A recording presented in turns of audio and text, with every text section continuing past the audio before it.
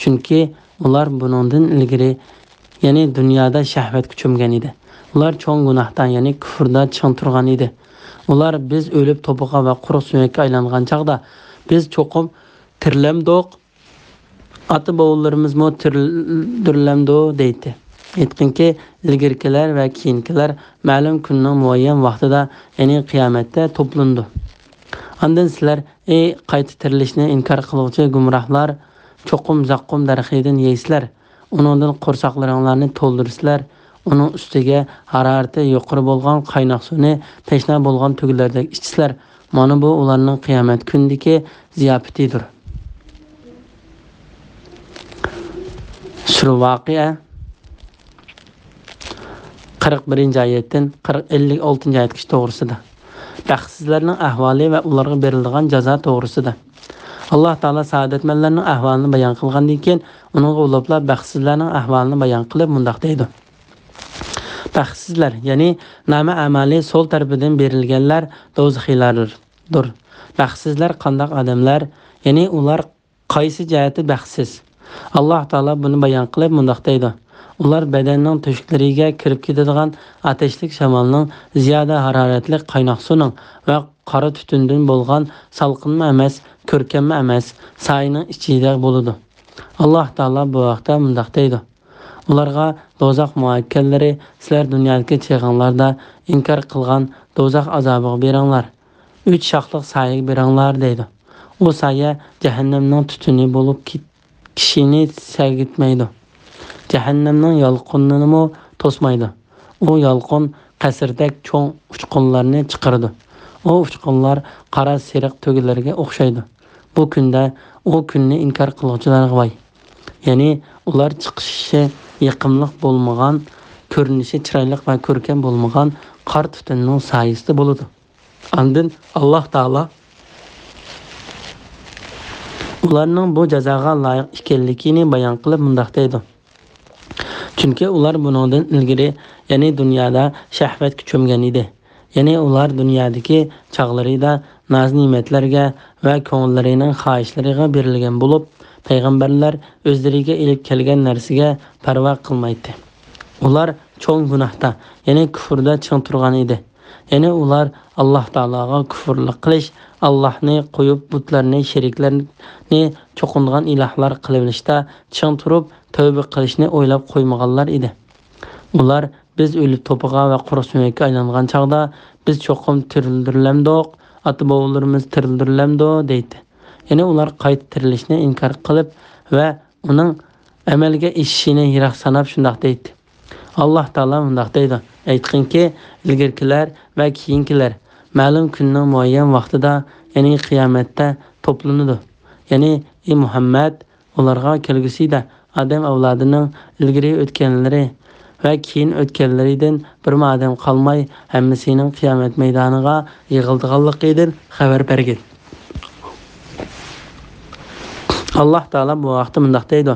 Uni ya'ni qiyomat kunini biz muayyan muddatgacha ta'xir qilamiz. Qiyomat kuni bo'lganda har qanday odam faqat Alloh taoladan ijozat bo'lganda so'zlaydi. Ularning ba'zilari badbaxt bo'ladi, ba'zilari saodatmand bo'ladi. Hud surasi 104-105-oyatlar. Shunga Alloh taolo bu o'rinda mundaq deydi. Aytqinki, ilgirkilar va keyinkilar ma'lum kunning muayyan vaqtida, ya'ni qiyomatda to'planadi. Ya'ni u belgilangan muayyan vaqt bo'lib, ilgari surilmaydigan, kechiktirilmaydigan, qo'shib qo'yilmaydigan va kengaytirilmaydigan bir vaqtdir. Ular mana shu vaqtda to'planadi. Ondan sizlar ey qayta tirilishni inkor qiluvchi gumrohlar, cho'qim zaqqum daraxidan yeysizlar. Uningdan qo'rsoqlaringlarni to'ldirsizlar. Ya'ni ular zaqqum daraxidan yeyishga va uningdan qo'rsoqlarini to'ldirishga majburlandi va so'rab tortiladi. Uning ustiga harorati yuqori bo'lgan, qaynoq suvni tashna bo'lgan tugulardek ichsizlar. Ya'ni suv qattiq tashna bo'lgan tugulardek ichsizlar. Ibn Abbas, Mujahid, Said ibn Jubayr va Ikrama qatorliqlar bu oyatning ma'nosi suv qattiq tashna bo'lib chanqab ketgan tugulardek ichsizlar deganlik bo'ladi dedi. Sudi mundaq deydi. Bu oyatda deyilgan tashnalik tugiga yo'qadigan bir xil suv tashnalik kesili bo'lib, o suv qonmay o'lib ketadi. Shunga o'xshash jahannam ahli harorati yuqori bo'lgan bu qaynoq suvga mangu qonmaydi. Mana bu ularning qiyomat kunidagi ziyofatidir. Ya'ni biz sifatlagan bu narsa ular hisobga tortilgan kuni Parvardigorning dargohida beriladigan ziyofatdir. Alloh taolo mu'minlarga beriladigan ziyofat haqida mundaq degan edi. Shubsizki, iymon etgan va yaxshi amallarni qilganlarning manzilgohi Firdavs jannatlari bo'ladi. Ya'ni ularga berilgan ziyofat va ikrom shundan iboratdir. Kahf surasi 107-oyat. Bismillahirrohmanirrohim. İnsanlar, sizlarni biz yaratdik. Sizlar qayta tirilishga ishonmamsizlar. Sizlar ayollarning bachidaniga to'kilgan ma'nini deb baqinglarchi. Uni sizlar inson qilib yarata olamsizlar yoki biz inson qilib yaratamdik. Biz sizlarning oranglarda o'limni belgiladik. Ya'ni har biringlarning o'lish vaqtini bekitdik. Sizlarni boshqa bir qavmga almashtirishdan va sizlar bilmaydigan bir shaklda yaratishdan ojiz emasmiz. Shubsizki, sizlar dastlabki yaratishni bildinglar. Ya'ni dastlabda Allohning sizlarni yo'qdan bor qilganligini tunidinglar. Sizlar Allohning sizlarni dastlabda yaratgandek qayta yaratishni o'ylamamsizlar. Sura Voqea 57-oyatdan 62-oyatgacha to'g'risida. Qiyomatning dalil isbotlari to'g'risida. Alloh taolo bu oyatda qiyomatning bo'lganligini jazmlashtirib, uni inkor qilgan, to'g'ri yo'ldan burilib ketgan va haqiqatdan tanigan kishilarga radiya berdi. Ular biz o'lib to'piga va quruq so'yakka aylangan chaqda biz cho'qim tirildirilamiz deydi. Ularning bu so'zlari ularning qiyomatni inkor qilganligi va uni yiroq sanganligi sababidandir. Alloh taolo mundaq deydi: "İnsanlar sizlarni biz yaratdik, ya'ni sizlar tilga ilingidek bir narsa emas edinglar. Shuningdek keyin biz sizlarni dastlabda yo'q yerdan yaratdik. Dastlabda yo'q yerdan yaratishga qodir bo'lgan zot Alloh sizlarni eng qulay va eng oson yo'l bilan qayta tirildirishga albatta qodir emasmi?" Shu Alloh taolo mundaq deydi: "Sizlar qayta tirilishga ishonmamsizlar." Ondan Alloh taolo ularga dalil ko'rsatib mundaq deydi: "Sizlar ayollarning bachidaniga to'kilgan ma'nini deb baqinglarchi. Uni sizlar inson qilib yarata olamsizlar yoki biz inson qilib yarata olamiz. Ya'ni ma'nini bachidonlarga sizlar o'rinlashtirib, uningda sizlar inson qilib yaratamsizlar yoki uni yaratquchi Alloh bor, Allohmi? Biz sizlarning oranglarda o'limni belgiladik. Ya'ni har biringlarning o'lish vaqtini bekitdik." Zakhok mundaq deydi: Alloh taolo osmon ahli bilan zamin ahli orasida o'limni o'rtaq qilib bekitdi. Sizlarni boshqa bir qavmga almashtirishdan, ya'ni qiyomat kunida shakllarni o'zgartirishdan va sizlar bilmaydigan bir shaklda, ya'ni boshqa sifatlar va boshqa qiyofatlardan yaratishdan ojiz emasmiz. Shubsizki, sizlar dastlabki yaratishni bildinglar. Ya'ni dastlabda Allohning sizlarni yo'qdan bor qilganligini tunidinglar.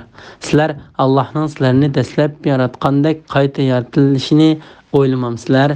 Ya'ni Alloh taolo haqiqatan sizlarni yaratdi. Sizlarga quloq, ko'z va yuraklarni berdi. Sizlarni dastlabda yo'qdan bor qilishga qodir bo'lgan Alloh taoloning sizlarni albatta oson va qulay yo'l bilan qayta tirildirishga qodir ekanliklarini dastlabda yo'qdan bor qilgan, ondan uni o'lgandan keyin tirildirgan Alloh ana shudir. U ya'ni mahluqotni tirildirish Allohga uni dastlab yo'qdan bor qilgan qarg'anda o'ng'aydir. Rum surasi 27-oyatning bir qismi. İnsan biz uni ilgari yo'qdan bor qilganligimizni eslamamdi. Maryam surasi 67-oyat. İnson bilmamdiki, biz haqiqatan uni abi Maryamdan yaratdik. Endi u Parvardigorga oshkor husumatchi bo'lib qoldi. U bizga insonning qayta tirilishini yiroq sanab, chirigan sumaklarini misol qilib ko'rsatdi. O'zining yaratilganligini bo'lsa untidi. O chirib ketgan sumaklarni kim tirildira oladi dedi. Aytqinki, uni eng dastlabda yaratgan zot tirildirdi. U har bir maxluqni bilguchidir. Yasin surasi 77-oyatdan 79-oyatgacha. İnson o'zini bekor qo'yib beriladi, ya'ni shariat ishlariga taklif qilinmay meyliga qo'yilgan hayvonga o'xshash deb o'ylamdi. U bachidonlarga to'kilgan ojiz ma'ni emasmidi? Ondan u laxtiqqan bo'ldi. Ondan Alloh uni chiroyli shaklda yaratdi. U ma'nidan er ayol ikki tipni yaratdi. Bu yana yuqorqidek ishlarni qila olgan Alloh o'liklarni tirildirishga qodir emasmi? Qiyomat surasi 36-oyatdan 40-oyatgacha. Bismillahirrohmanirrohim. Sizlar tergan ziraatni deb biqinglarchu. Uni sizlar undirdinglarmi yoki biz undirib dan chiqadigan ziraat qilib o'stirdikmi? Agar biz xohlasak, albatta uni dansiz quruq cho'pga aylantirdik. Da sizlar ajablanib qayg'uratdinglar. Sizlar biz haqiqatan emgak bilan uruqni ziyon tortdik, balki biz rizqdan mahrum qoldik deytinglar. Sizlar ichayotgan suvni deb biqinglarchu. Uni bulutdan sizlar tushirdinglarmi yoki biz tushirdikmi? Agar biz xohlasak uni tuzli qilib qo'yatdik. Parvardigoringlarning zo'r ne'matlariga nimishqa shukr qilmaysizlar? Sizlar yondirayotgan o'tni deb biqinglarcha. Uning daraxini, ya'ni murxu, ubar nomli birining shexini biriga surkisa, ho'l turibla yonib o't oladigan daraxtni sizlar o'stirdinglarmi yoki biz o'stirdikmi? Uni biz ibrat va yo'lovchilar foydalanadigan narsa qildik. Ulug' Parvardigoringning mushriklarning iftirolaridan pok e'tiqod qilgan. Sura Voqea 63-oyatdan 74-oyatgacha to'g'risida. Ziraat o'stirish, yomg'ir yog'dirish, o't paydo qilish qatorliq inson eng ehtiyojli bo'lgan narsalarni faqat yolg'iz Alloh taoloning qilganligiga diqqatni burash to'g'risida. Sizlar tergan ziraatni deb biqinglarchu. Ya'ni sizlar yerni og'dirib uningga urug'chatsizlar. Uni sizlar undirdinglarmi yoki biz undirib dan chiqadigan ziraat qilib o'stirdikmi?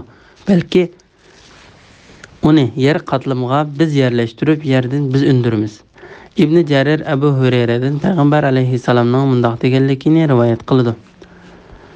Hargiz ziraatni men undirdim dema, balki ziraat terdim degan. Abu Hurayra mundoq deydi: Alloh taolaning uni sizlar undirdinglarmi yoki biz undiribdan chiqadigan ziraat qilib o'stirdikmi degan oyatini anglamadinglarmi? Agar biz xohlasak, albatta uni dansiz quruq cho'pga aylantirdik. Da sizlar ajablanib qayg'uratdinglar. Ya'ni biz uni o'z lutfimiz va rahmatimiz bilan undirdik va uni sizlarga marhamat qilib qoldirdik. Agar xohlasak, uni qo'llishidan va usul berishidan ilgari cho'qim quruq cho'pga aylantirib o'tdik. Shuning bilan sizlar ajablanib qayg'uratdinglar. Ondan Alloh taolo insonlarning qayg'usini bayon qilib mundoq deydi: Sizlar biz haqiqatan emgak bilan uruqni ziyon tortdik, balki biz rizqdan mahrum qoldik deytinglar. Ya'ni agar biz uni dansiz quruq cho'pga aylantirib olsak, sizlar buningga qayg'urib har turli so'zlarni qilatdinglar.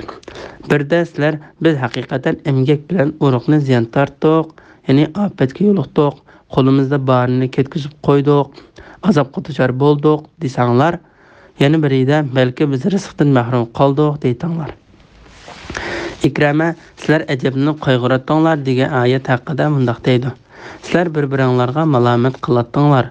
Hasan, Qatada va Sudi qatorliqlar mundoq deydi: Pushaymon qilatdinglar.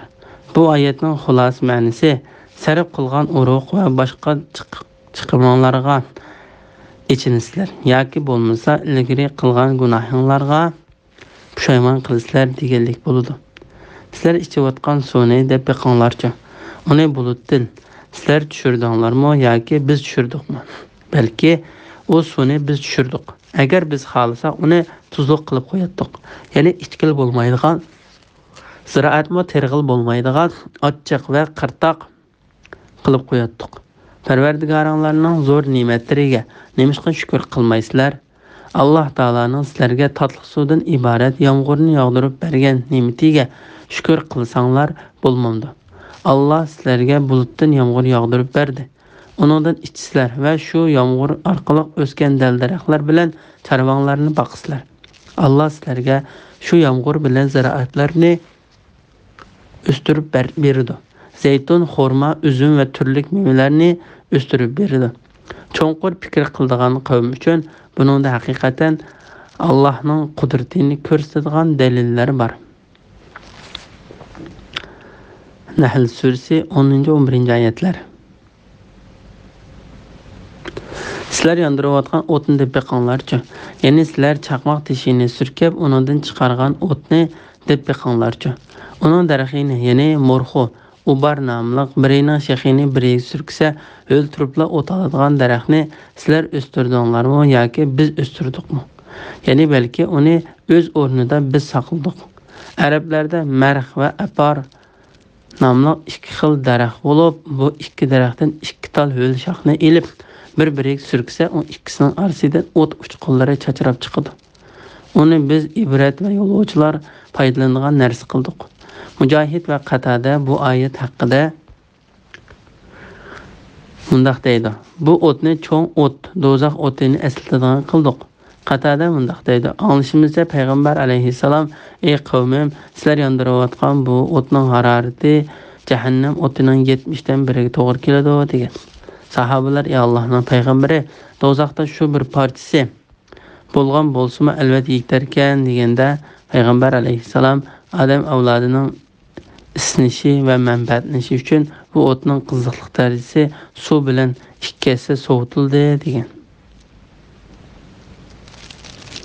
Imom Ahmad Abu Hurayradan payg'ambar alayhissalomning mundaq deganligini rivoyat qildi. Shak shubsizki, sizlarning bu o'tinglar do'zax o'tining 70 parchasidan biridir. Bu o't dengiz suvi bilan ikkisi sovutildi. Agar shundoq bo'lmagan bo'lsa edi, Alloh bu o'tni hech kimga foyda manfaat bermaydigan qilgan bo'lardi. Imom Malik Abu Hurayradan payg'ambar alayhissalomning mundaq deganligini rivoyat qildi. Adam avlodi yondirayotgan bu o't do'zax o'tining 70 parchasining biridir. Sahobalar: "Ey Allohning payg'ambari, do'zaxda shu bir partisi bo'lgan bo'lsa-mu albatta yetarkan" dedi. Payg'ambar alayhissalom: "Shak shubsizki, shu bir parcha o't do'zaxda 69 essa ortiq qilindi" dedi. Bu hadisni Imom Buxoriy va Muslim rivoyat qilgan. Va yo'lovchilar foydalanadigan narsa qildik. Abdurrahmon ibn Zayd bu oyat haqida mundaq deydi. Ya'ni o'tni och qolgan kishilar yemak pishirish uchun foydalanadigan narsa qildik. Lays ibn Abu Sulaym Mujohidning mundaq deganligini rivoyat qildi. Ya'ni o'tni muqim turadigan odamlarning va yo'lovchilarning o'rtaq foydalanadigan narsa qildik. Chunki ularning har biri tomoqni faqat o't bilan pishirdi. Ibn Abu Najih Mujohidning mundaq deganligini rivoyat qildi. Ya'ni o'tni insonlarning hammasi foydalanadigan narsa qildik. Ikramaning bu oyatni shundoq tafsir qilganligi bayon qilingan.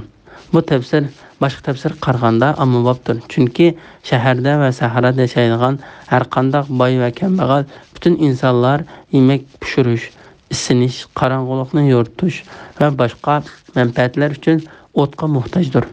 Alloh taolo o'z mehr shafqati bilan o'tni tashlarning orasida va sap to'mirdan iborat chaqmoqning ichida saqladi. Bunun bilan yo'lovchilar chaqmoq va gungurtga o'xshagan o't yondirish asboblarini yuk taqilarining ichida va yonchiqlarida elib yurish imkoniyatiga ega bo'ldi. Ular tushkun qilgan joylarida o'tga muhtoj bo'lsa chaqmoqni chiqardi-da o't yondirdi. Shu o't bilan tomoq pishirdi, sovuqda isindi, kovib soldi, qorong'ulikni yoritdi va boshqa manfaatlarga ishlatildi. Gerçi o'tqa butun insonlar ehtiyojli bo'lgan bo'lsa-mu, Alloh taolo bu oyatda yo'lovchilarni alohida tilga oldi.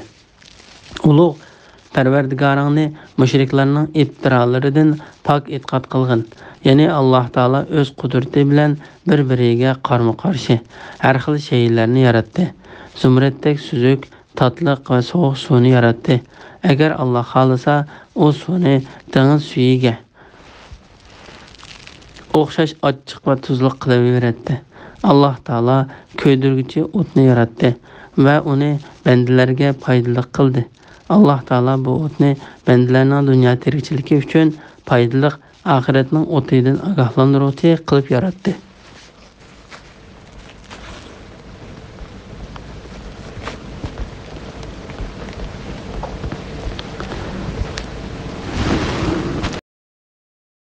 Bismillahirrohmanirrohim. Yulduzlarning joylari bilan qasam qilaman. Shubsizki, agar bilsanglar, o yulduzlar Allohning ulug' qudratini ko'rsatganligi uchun albatta katta qasamdir. Shak shubsizki, bu ulug' Qur'ondir. Kitobda, ya'ni Lavhul Mahfuzda saqlangandir. Uni faqat pok bo'lganlarla tutadi. U olamlarning Parvardigor tarafidan nozil qilingandir. Ey kuffarlar jamasi, bu Qur'onni inkor qilamsizlar. Sizlar Allohning rizq berganligiga shukr qilishning o'rniga rizq berguchini inkor qilamsizlar. Sura Voqea 75-oyatdan 82-oyatgacha to'g'risida. Qur'onning kattaligi uchun Alloh taolaning qasam qilganligi to'g'risida. Yulduzlarning o'rinlari bilan qasam qilamanki, ey mushriklar, sizlar gumon qilgandek Qur'on sehr yoki palxo'rliq emas, balki bu ulug' Qur'ondir. Yulduzlarning joylari bilan qasam qilaman. Mujohid bu oyat haqida mundaq deydi: Yulduzlarning osmondagi o'rinlari bilan qasam qilaman. Bu oyat yulduzlarning chiqadigan joylari bilan qasam qilaman deb tafsir qilingan. Shubsizki, agar bilsanglar, o yulduzlar Allohning ulug' qudratini ko'rsatganligi uchun albatta katta qasamdir. Ya'ni men qilgan bu qasam albatta katta bir qasamdir. Agar uning kattaligini bilsanglar, Qur'onni albatta ulug'laytinglar. Shak shubsizki, u ulug' Qur'ondir. Ya'ni Muhammad alayhisalomga nozil qilingan bu Qur'on albatta ulug' bir kitobdir. Kitobda, ya'ni Lavhul Mahfuzda saqlangandir. Ya'ni bu ulug' kitob Lavhul Mahfuzda saqlangan kitobdir. Uni faqat pok bo'lganlarla tutadi. Ibn Jarir Ibn Abbosning bu oyat haqida mundaq deganligini rivoyat qiladi. Osmondagi Lavhul Mahfuz degan kitobni faqat pok bo'lganlarla tutadi. Avfi Mo Ibn Abbosning mundaq deganligini rivoyat qiladi. U kitobni faqat farishtalarla tutadi.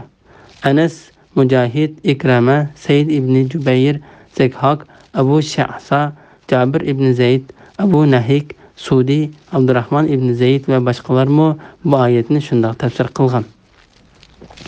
Ibn Jarir Qatadaning mundaq deganligini rivoyat qiladi. Uni faqat pok bo'lganlarla tutadi. Ya'ni Alloh taolaning dargohida uni faqat pok bo'lganlarla tutadi. Dunyoda uni nejis majusiylar va munofiqlar tutadi. Abu Aliya mundaq deydi: uni faqat pok bo'lganlarla tutadi. Ya'ni sizlar ularni tutmaysizlar, chunki sizlar gunohkorsizlar. Ibn Zayd mundaq deydi: Quraysh kafirlari bu Qur'onni shaytonlar elib tushidi deb jo'ylashdi. Shuning bilan Alloh taolo uni faqat pok bo'lganlar tutadi deb xabar qildi. Alloh taolo bu vaqtda mundaq deydi: Qur'onni shaytonlar elib tushgani yo'q. Bu ularga loyiq emas. Ularmi buningga qodir bo'la olmaydi. Shubsizki, ular, ya'ni shaytonlar o'g'irliqcha tanshashdan man'i qilingandir. Shuara surasi 210-212-oyatdan 212-oyatgacha. Ibn Zaydning bu so'zi nihoyatda yaxshi aytilgan bo'lib, u ilgirki so'zlarning hammasini o'z ichiga oladi. U olamlarning Parvardigori tarafidan nozil qilingandir. Ya'ni bu Qur'on ahli jahannamning Parvardigori Alloh taolo tarafidan nozil qilingandir. U kofirlar aytgandek sehr yoki palxo'rliq va yoki she'r emas, balki u hech qanday shak yo'q bir haqiqatdir. Undan boshqa foydali haqiqat mavjud emas. Ey kuffarlar jamasi, bu Qur'onni inkor qilamsizlar. Avfi bu oyat haqida Ibn Abbosning mundaq deganligini rivoyat qiladi: Sizlar uni tasdiq qilmasdan inkor qilamsizlar. Zakhok, Abu Hazra va Sudi qatorliqlar bu oyatni Ibn Abbosga o'xshash tafsir qildi. Mujohid, sizlar bu Qur'onni inkor qilganlarga maslashmoqchimi va ularga moyil bo'lmoqchimi deb tafsir qildi. Sizlar Allohning rizq berganligiga shukr qilishning o'rniga rizq berguchini inkor qilamsizlar. Ibn Jarir Said ibn Jubayrdan Ibn Abbosning biror qavmga yomg'ir yog'sa, ularning ba'zilari Alloh taolaning bu ne'matini inkor qilgan holatda tong otqizib, paloni yulduzning sharqdan chiqishi va paloni yulduzning g'arbga eqib tushishi bilan bizga yomg'ir yog'di deydi deganligini va sizlar Allohning rizq berganligiga shukr qilishning o'rniga rizq berguchini inkor qilamsizlar degan bu oyatni o'qiganligini rivoyat qildi. Imom Malik Salih ibn Kaysadin Said ibn Xolid Juhanining mundaq deganligini rivoyat qildi: Biz Hudaybiya degan yerda edik. Shu kechada yomg'ir yog'di. Payg'ambar alayhisalom bizga bomdod namozini o'qib berib, namozdan keyin odamlar qarab, sizlar Parvardigoringlarning nima deganligini bilamsizlar?" dedi. Sahabalar Alloh va uning payg'ambari biladi dedi. Payg'ambar alayhissalom mundaq dedi: "Alloh taolo mening bandalarimning ba'zilari menga iymon etgan va ba'zilari meni inkor qilgan holda tong otqizdi. Allohning fazli va rahmati bilan bizga yomg'ir yog'di" deganlar ana shular. Menga iymon etib yulduzni inkor qiluvchilar paloni yulduzning sharqdan chiqishi va paloni yulduzning g'arbga yiqib tushishi bilan bizga yomg'ir yog'di deganlar.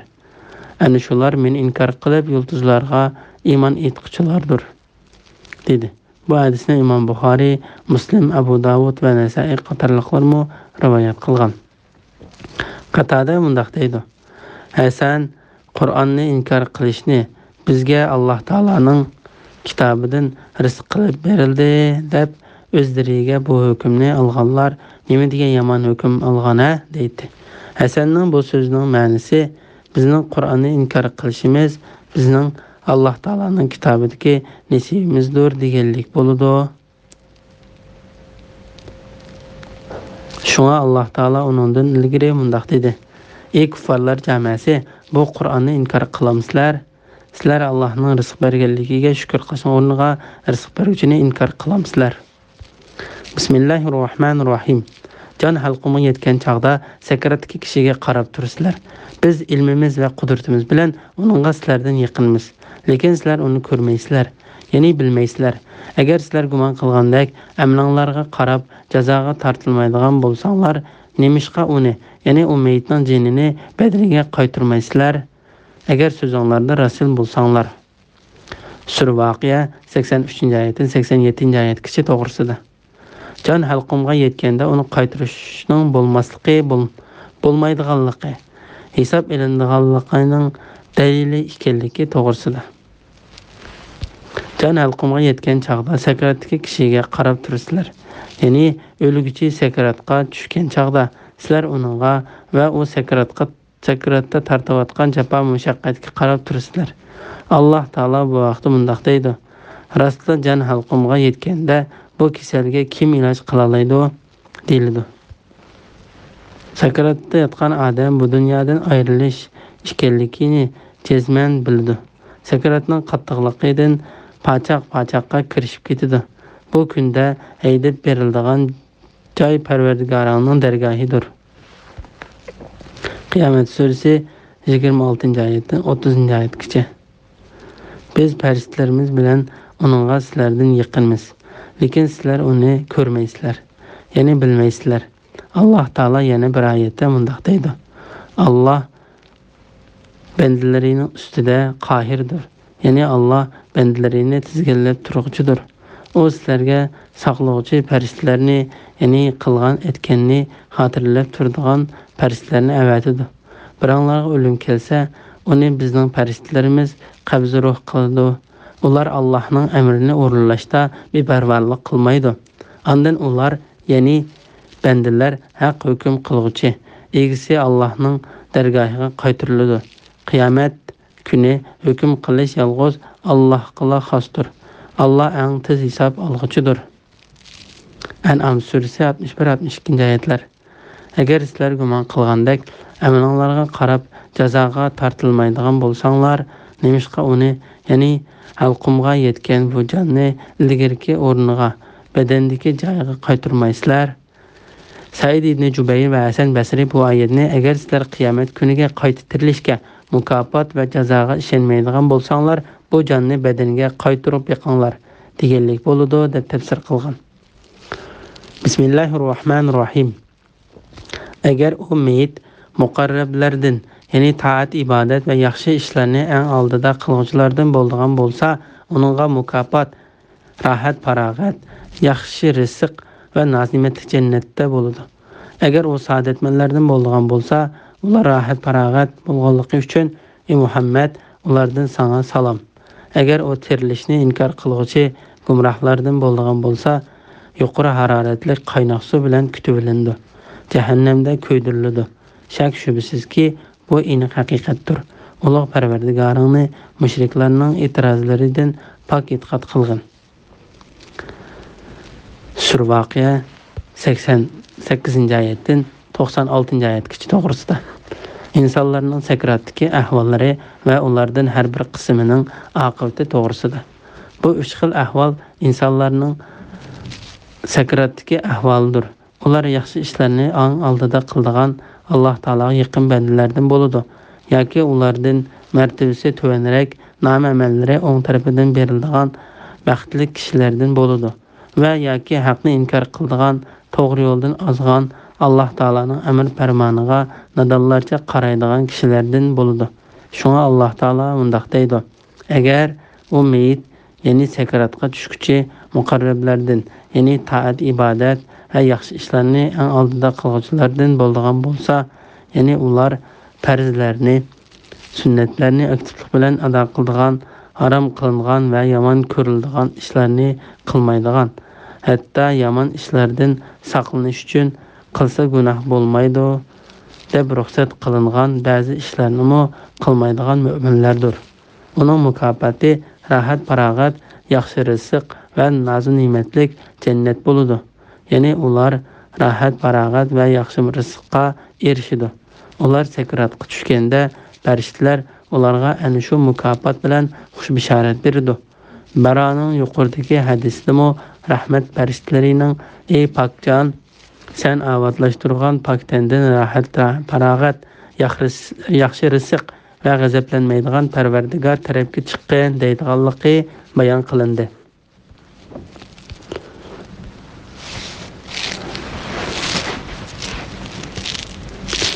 Abu Hazara bu oyat haqida mundaq deydi: ularning dunyodan qutulganligi rahat farog'atdir. Said ibn Jubayr va Sudi mundaq deydi: rahat farog'at xushal xuromlikdan iboratdir. Mujohid mundaq deydi: rahat farog'at va yaxshi rizq demak jannat va farovonlik demakdir. Qatada mundaq deydi: rahat farog'at demak rahmatga erishmak demakdir. Yuqorida aytilgan bu so'zlarning ma'nolarining hammasi bir-biriga yaqin va to'g'ridir. Agar bir odam Alloh taologa yaqin banda bo'lgan holatda vafot qilsa, u rahmat, rahat, farog'at, xushal xuromlik va yaxshi rizq qatorliqlarning hammasiga erishadi. Abu Aliya mundaq deydi: Alloh taologa yaqin bandalarning biri dunyodan ayrilish oldida uningga jannatning rayhon darxidan bir tal shox keltirilib, uning jini shu shoxga qabzaro qilindi. Muhammad ibn Ka'b mundaq deydi: har inson uning jannat ahlidan yoki do'zax ahlidan ekanligi bilinmaguncha o'lmaydi. Imom Muslim payg'ambar alayhissalomning mundaq deganligini rivoyat qiladi: shak shubasizki shahidlarning jonlari yeshil qushlarning po'kollarida bo'lib, u qushlar jannatning bog'chalarida xohlagan joyiga uchib bordi. Ondan erishga esilgan chiroqlarga qo'nadi. Imom Ahmad Ata ibn Saibning mundaq deganligini rivoyat qiladi: men Abdurrahman ibn Abu Layla bilan tunji tanishgan kunimda uni chat saqlay oqirib ketgan mo'ysibtalatda bir eshikning ustida ko'rgan edim. U bir jinoz tavuti agishib ketyotdi. Undan mundaq bir hadisni anladim: payg'ambar alayhissalom kim Alloh taolo bilan uchrashishni yaxshi ko'rsa, Alloh taolo uning bilan uchrashishni yaxshi ko'rdi. Kim Alloh taolo bilan uchrashishni yomon ko'rsa, Alloh taolo uning bilan uchrashishni yomon ko'rdi debdi. Shuning bilan sahobalar yig'lab ketibdi. Payg'ambar alayhissalom nimishga yig'laysizlar debdi. Ular biz o'limni yomon ko'rmaymiz debdi. Payg'ambar alayhissalom undaq debdi: u undaq emas. Ya'ni u undaq deganlik emas. O'limni sakratga tushganda yomon ko'rsa, shundaq bo'ladi. Agar u meyit muqarrablardan, ya'ni taat, ibodat va yaxshi ishlarni eng oldida qiluvchilardan bo'lgan bo'lsa, uning mukofoti rahat, farog'at, yaxshi rizq va noz ne'matli jannat bo'ladi. Agar Alloh taolo yaqin bu bandaga o'lim bilan xush xabar berilsa, g'olib va buyuk Alloh bilan uchrashadiganligidan suyunib ketadi. G'olib va buyuk Allohmi uning bilan uchrashishni eng yaxshi ko'rdi. Agar u tirilishni inkor qiluvchi gumrohlardan bo'lgan bo'lsa, yuqori haroratli qaynoq suv bilan kutiriladi, jahannamda kuydiriladi. Agar bu bandaga o'limdan xushbisha xabar berilsa, u Alloh taolo bilan uchrashishni yomon ko'rdi. Alloh taolami uning bilan uchrashishni eng yomon ko'rdi. Agar u saodatmanlardan bo'lgan bo'lsa, u rahat farog'atda bo'lganligi uchun ey Muhammad ulardan sana salom.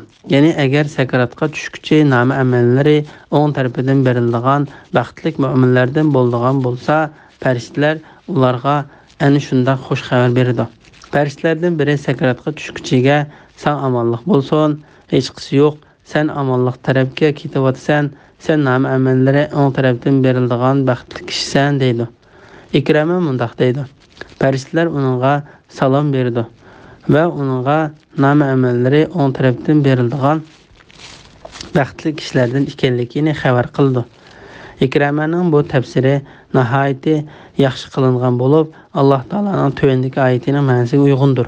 Shubsizki Parvardigorimiz Allohdir deganlar, ondan to'g'ri yo'lda bo'lganlarga farishtalar tushib, qo'rqmanglar, g'am qilmanglar. Sizlarga va'da qilingan jannat uchun xushal bo'linglar. Biz dunyoda, oxiratda sizlarning do'stlaringlarmiz. Jannatda sizlar uchun ko'ngillar tortgan narsalarning hammasi va tilgan narsalarning hammasi bor. Ular nihoyat mag'firat qiluvchi, nihoyat mehribon Alloh tarafidan berilgan ziyofatdir deydi. Fussilat surasi 30-oyatdan 32-oyatgacha. Imom Buxoriy mundaq deydi: "Sana salom, ya'ni sen nomi amallari o'ng tarafidan beriladigan kishilardan bo'lganligi uchun sana salom beriladi. Agar u tirilishni inkor qiluvchi gumrohlardan bo'lgan bo'lsa, yuqori haroratli qaynoq suv bilan kutibilindi.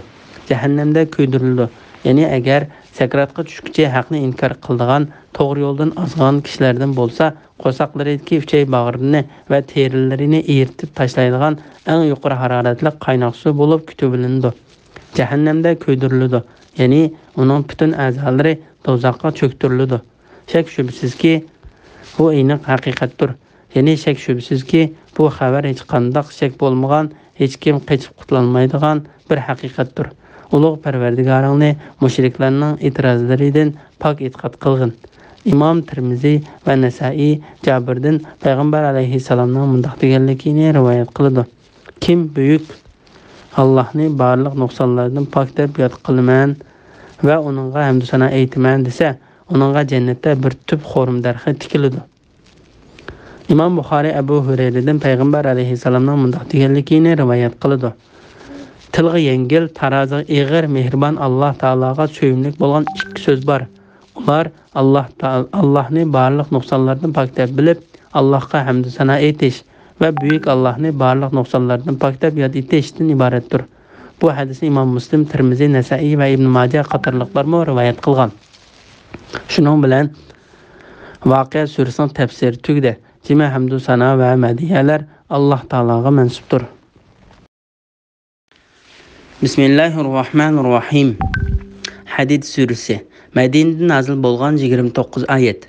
Hadid surasining fazilati to'g'risida Imom Ahmad Irbaz ibn Sariyaning mundaq deganligini rivoyat qildi. Payg'ambar alayhissalom uxlashdan ilgari tasbih oyatlarini o'qiydi.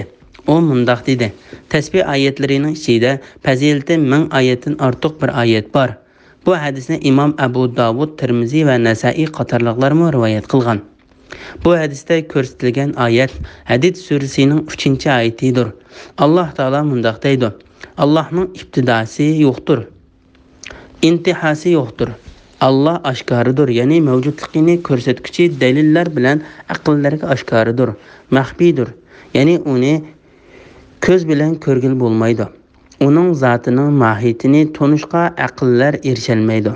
Allah hamma narsani bilguchidir. Alloh taolo xolisa uni oldimizda tafsiliy bayon qilamiz. Buningda Allohga ishonamiz va uningga yo'llanamiz. Alloh bizga kifoya qilguchidir. Alloh nima degan yaxshi himoya qilguchi. Bismillahirrohmanirrohim. Osmonlardagi va zimindagi narsalarning hammasi Allohga tasbih aytdi. Alloh g'olibdir, hikmat bilan ish qilguchidir. Osmonlarning va zaminning podshohligi Allohga xosdir. Alloh o'ltiralaydi, tirildiraydi. Alloh har narsaga qodirdir. Allohning ibtidosi yo'qdir, intihasi yo'qdir. Alloh oshkoridir, ya'ni mavjudligini ko'rsatuvchi dalillar bilan aqllarga oshkoridir. Maxfiydir, ya'ni uni ko'z bilan ko'rgil bo'lmaydi. Uning zotining mohiyatini tonishga aqllar erisholmaydi. Alloh hamma narsani bilguchidir. Sura Hadid 1, 2, 3 oyat to'g'risida. Barlıq mövcudatlarının Allahqa təsbih etishi və Allahның bəzi sifətlərinin bayanı toğrusida. Allah Taala bu ayətdə asmanlardakı və zimindəki bütün canlılarının və ösümliklərinin Allahqa təsbih etadiganlığını xəbər qılıdı. Allah Taala yeni bir ayətdə mundaq degan: "Yetti asman, zimin və ulardakı məxluqatlar Allahni pak deb biladi. Kainatdakı qandaqlıqı narsa bolmasun, Allahni pak deb mədiyələydi. Yani Allah'ın ululuğunu sözleydi. Lekin sizler tilanglar o'xshash bo'lmaganligi uchun ularning madihisini sezmeysizler. Allah haqiqatan bandalariga halimdir. Yani asilik qilganlarni jazolashga aldirib ketmaydi. Tövbe qilguvchilarni mag'firat qilguvchidir. Isra surasi 44-oyat. Allah g'olibdir. Yani her narsa Allah'a haqiqatan bosh egidi. Hikmat bilan ish qilguvchidir. Yani narsalarni yaratishda, buyurish va to'sishlarda va shariat belgilanmalarida hikmat bilan ish qilguvchidir. Osmonlarning va zaminning podshohligi Allohga xosdir. Allah o'ltiralaydi, tirildiraydi. Yani Allah mahluqatlari ustida xohlagancha tasarruf yurgizadigan podshohdir. O jonliqlarni o'ltiradi va tirildiradi. Xohlagan kishiga o'zining xohlagan narsasini ato qiladi. Allah her narsaga qodirdir. Yani Allah xohlagan narsa vujudga keladi. Xohlamagan narsa vujudga kelmaydi. Allah iqtidosi yo'qdir, intihasi yo'qdir. Allah oshkoridir. Yani mavjudligini ko'rsatuvchi dalillar bilan aqllarga oshkoridir. Maxfiydir. Yani uni ko'z bilan ko'rgil bo'lmaydi. Uning zotining mohiyatini tonishga aqllar erisholmaydi. Mana bu oyat İzbaz İbn Sariyaning hadisida ko'rsatilgan fazilati 1000 oyatdan ortiq bo'lgan oyatning dalil o'zidir. Abu Davud Abu Zumaylining mundaq deganligini rivoyat qildi. Men Ibn Abbosdan dilimda bir narsa bor, qandoq qilsam bo'lar deb so'radim. Ibn Abbos u nima dedi. Men Allohning nomi bilan qasamki, uni deb berolmayman dedim. O narsa shekmo dedi va kulib qo'yib, uningdan hech kim qutula olmaydi. Hatto Alloh taolo mubodo sana biz nazil qilgan kitobdan shaklanadigan bo'lsang, sendan ilgari kitob o'qiganlar, ya'ni Tavrat bilan Injil nazil qilingan yahudiylar va nasoralardan so'rab boqqin. Shubsizki, sana Parvardigoring tarafidan haq Qur'on keldi. Yunus surasi 94-oyatning bir qismi. Degan oyatni nazil qildi dedi. Va yana menga agar ko'nglingda shakdak bir narsa borligini his qilsang, Allohning ibtidosi yo'qdir, intihasi yo'qdir. Allah oshkoridir, ya'ni mavjudligini ko'rsatuvchi dalillar bilan aqllarga oshkoridir, maxfiydir. Ya'ni uni ko'z bilan ko'rgil bo'lmaydi. Uning zotining mohiyatini tonishga aqllar erisholmaydi. Allah hamma narsani bilguchidir degan oyatni o'qigan dedi. Tafsir sunaslar bu oyatni har xil tafsir qilgan bo'lib, ularning qarashlari 10 necha xilga yetadi. Imom Buxoriy Yahyaning mundaq deganligini rivoyat qildi. Allah oshkoridir. Bu barliq oshkor narsani bilib turadi. Allah maxfiydir. U barliq yoshirin narsani bilib turadi. Imom Mizzi mundaq deydi. Yahya degan bu odamning asl ismi. İbn Zayyad Parra bo'lib, uning Qur'onning ma'nolari nomli kitobi bor. Bu oyat haqida nurg'un hadislar rivoyat qilingan bo'lib, Imom Ahmadning Abu Hurayradan rivoyat qilgan hadisi bulardan biridir. Payg'ambar alayhissalom uxlashdan burun mundaq duo qildi: Ey Allah, 7 osmonning parvardigori va kattarishning parvardigori bo'lgan sen bizning parvardigorimiz, har narsaning parvardigori sen. Tavratni, Injilni va Qur'onni nazil qilguvchisan. Sen donlarni va urug'chilarni bixlandiruvchisan. Sendan boshqa hech iloh yo'q. Başqa ilah barhaq yo'qdir. Sana sig'inib har narsaning yomonligidan panoh tilayman. Sen her narsaning ko'kulusidan tutquchisan. Sening boshlanishing ham oxirlashing yo'qdir. Sendan ilgari va sendan keyin hech narsa mavjud emas. Sen oshkorisan, sendan oshkori hech narsa yo'q. Sen maxfiysan, sendan yoshirin hech narsa yo'q.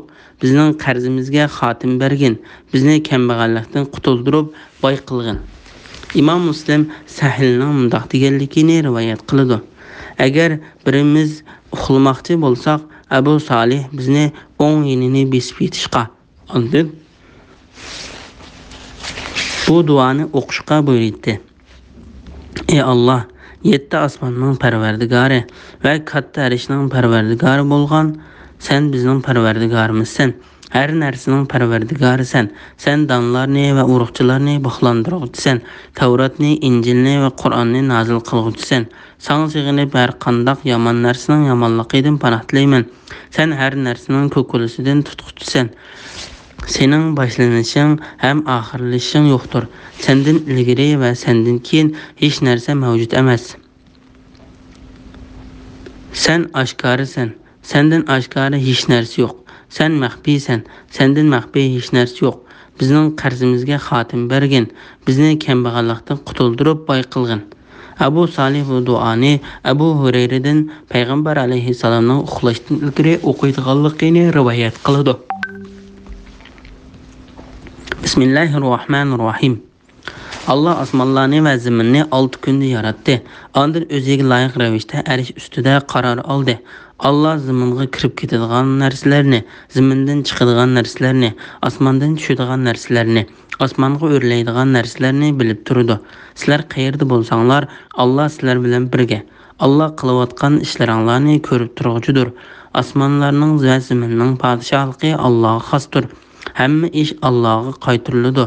Allah kechini kunduzga kirgizadi, kunduzni kechaga kirgizadi. Allah dillardagi sirlarni bilguchidir. Sura Hadid 4-5-6 oyat to'g'risida. Allah Taolaning bilishi, qudrati va podshohligining hamma narsani o'z ichiga olganligi to'g'risida. Allah Taala bu oyatda o'zining osmonlarni, zaminni va ularning orasidagi narsalarni 6 kunda yaratganligini, ondan bu narsalarni yaratib bo'lgandan keyin arish ustida o'ziga loyiq ravishda qaror olganligini xabar qiladi. Bu oyat va bu oyat bilan ma'nodash oyatlar haqida A'rof surasida tafsili to'xtalib o'tdik. Shuni bu yerda qayta takrorlamaymiz. Allah zaminga kirib ketadigan narsalarni, ya'ni zaminga kirib ketadigan urug', suv tomchilari qatorliqlarning sonini, zamindan chiqadigan narsalarni, ya'ni zamindan chiqadigan o'simliklarni, ziroatlarni va mevalik daraxtlarni bilib turdi. Allah Taala bu vaqtda mundaq degan: G'aybning xazinalari Allohning dargohidadir. Uni faqatla Alloh biladi. Quruqlikdagi dengizdagi narsalarning hammasini Alloh biladi. Daraxtdan to'kilgan yaproqdan Alloh bilmaydigan birarsi yo'q. Mayli qorong'u yer ostidagi biror dona urug' bo'lsin, mayli ho'l yoki quruq narsa bo'lsin, hammasi Allohga ma'lum bo'lib, Lavhul Mahfuzda yoziqliqdir. An'am surasi 59-oyat. Osmondan tushadigan narsalarni, ya'ni yomg'ir, qor, sovuq, rizq qatorliqlarni, hurmatli farishtalar elib tushadigan hukmlarni, osmonga o'rlaydigan narsalarni, ya'ni farishtalarni va Allohning dargohiga o'rlaydigan amallarni bilib turdi. Imom Muslim Payg'ambar alayhissalomning bu vaqtda mundaq deganligini rivoyat qildi. Kechada qilingan amallar tong etishdan burun, kunduzda qilingan amallar kech kirishdan burun Allohning dargohiga o'rlaydi. Sizlar qayerda bo'lsanglar, Allah sizlar bilan birga. Allah qilayotgan ishinglarni ko'rib turuvchidir. Ya'ni Allah sizlarni kuzatib turadi, amallaringlarni ko'rib turadi. Sizlar mayli qayerda bo'linglar, mayli quruqlikda yoki dengizda, mayli kechada yoki kunduzda, mayli uylarda yoki cho'llarda bo'linglar, barliq ahvolinglarni Allohning to'liq bilishi, ko'rishi, anglashi ichidadir. Allah hamma so'zlaringlarni anglab turdi. O'rninglarni ko'rib turdi. Sirlaringlarni va yoshirin fikrlashlaringlarni bilib turdi. Allah Taala bu vaqtda mundaq degan: Rasulullah ular, ya'ni kafirlar, Rasulullah Qur'on o'qiyotganda uning yenidan o'tganlarida uningdan yoshirinish uchun yuz o'raydi. Rasulullah ular kiyimlari bilan chumkinib olganlarida Allah ularning yoshirin va oshkora ishlarini bilib turdi. Allah haqiqatan dillardagini bilguchidir. Hud surasi 5-oyat. Sizlərning ichinglardan yo'shirin so'z qilgan, oshkora so'z qilgan, kechasi yo'shiringan, kunduzi oshkora yurganlarning hammasi Alloh uchun aytganda o'xshashdir. Ya'ni Alloh hammani bilib turadi. Ra'd surasi 10-oyat. Allohdan boshqa hech iloh, uningdan boshqa hech tarbiyachi yo'q. Imom Buxoriy rivoyat qildi-ki, Jibril alayhissalom payg'ambar alayhissalomdan ihson, ya'ni yaxshilik qilish degan nima deb so'raganda, payg'ambar alayhissalom Jibrilga mundaq javob berdi. Allohga xuddi uni ko'rib turganda ibodat qilishing ihsondir. Garchi sen Allohni ko'rmasangmi, Alloh seni ko'rib turadi. Osmonlarning va zaminning podshohligi Allohga xosdir. Hamma ish Allohga qaytariladi. Ya'ni Alloh dunyo va oxiratning podshohidir. Alloh taolo bu vaqtda mundaq degan: Dunyo va oxirat shak shubisiz bizning ilkimizdir. Layl surasi 13-oyat. Buning uchun Alloh madiylanguchidir. Alloh taolo bu vaqtda mundaq degan: O Allohdir. Onundan bilak hech ma'bud barhaq yo'qdir. Dunyo va oxiratda jami hamdu sana Allohga mansubdir. Qasas surasi 70-oyatning bir qismi. Jami hamdu sana Allohga xosdir. Osmonlardagi va zamindagi hamma narsa Allohning mulkidir. Oxiratdagi hamdu sanami Allohga xosdir. Allah hikmet bilan ish qilguchidir, hammadan xabardordir. Saba surasi 1-oyat. Osmonlardagi va zamindagi hamma narsa Allohning mulkidir. Osmon va zamin ahli Allohning oldida bosh egguchi qullardir. Alloh taolo bu vaqtda mundaq degan: Osmonlarda va zaminda Allohga banda bo'lib bo'ysunmaydigan hech maxluq yo'qdir. Shak shubsizki Allah ularni to'liq egalladi va sonini mukammal bildi. Qiyomat kuni ularning hammasi Allohning dargohiga tanho keladi. Maryam surasi 93, 94, 95-oyat. Hamma ish Allohga qaytariladi. Ya'ni qiyomat kuni borar joyi Allohning dargohidir. Ondan Alloh maxluqotlar orasida o'z xolig'icha hukm chiqaradi. Alloh adildir. Hech kimga zulm qilmaydi. U hech kimga zarrachilikmi zulm qilmaydi. Balki ularning bir yaxshi amaliga 10 hassa mukofot beradi. Alloh haqiqatan zarracha zulm qilmaydi. Agar kishining zarracha yaxshiligi bo'lsa, Alloh uni hassilab ziyoda qiladi. O'z dargohidan buyuk ajr, ya'ni jannat ato qiladi. Nisa surasi 40-oyat. Allah taolo bu vaqtda mundaq degan: Qiyomat kuni biz amallar tartiladigan adolat tarosisini o'rnatamiz. Hech odamga qilchivol qilinmaydi. Ya'ni yaxshi odamning yaxshiligi kamaytirilmaydi. Yomon odamning yomonligi oshiritilmaydi. Agar uning qishchaqliq amali bo'lsa-mu, uni hozir qilamiz. Bandalarning amallaridan hisob olishga biz yetarlikmiz. Anbiya surasi 47-oyat. Allah kechini kunduzga kirgizadi, kunduzni kechaga kirgizadi. Ya'ni Allah maxluqotlarni xohlagancha tasarruf qiladi. Kecha bilan kunduzni almashtirib turadi. U ikkisini o'z xolig'ini bo'yicha hikmat bilan belgilaydi. Ba'zida kechini uzun, kunduzni qisqa qilib belgilsa, ya'ni ba'zida kunduzni uzun, kechini qisqa qilib belgilaydi. Yana ba'zida kecha bilan kunduzning uzun qisqaligini o'xshash holatda qiladi. Shu orqali qish, yoz va kuzdan iborat fasllarni paydo qiladi.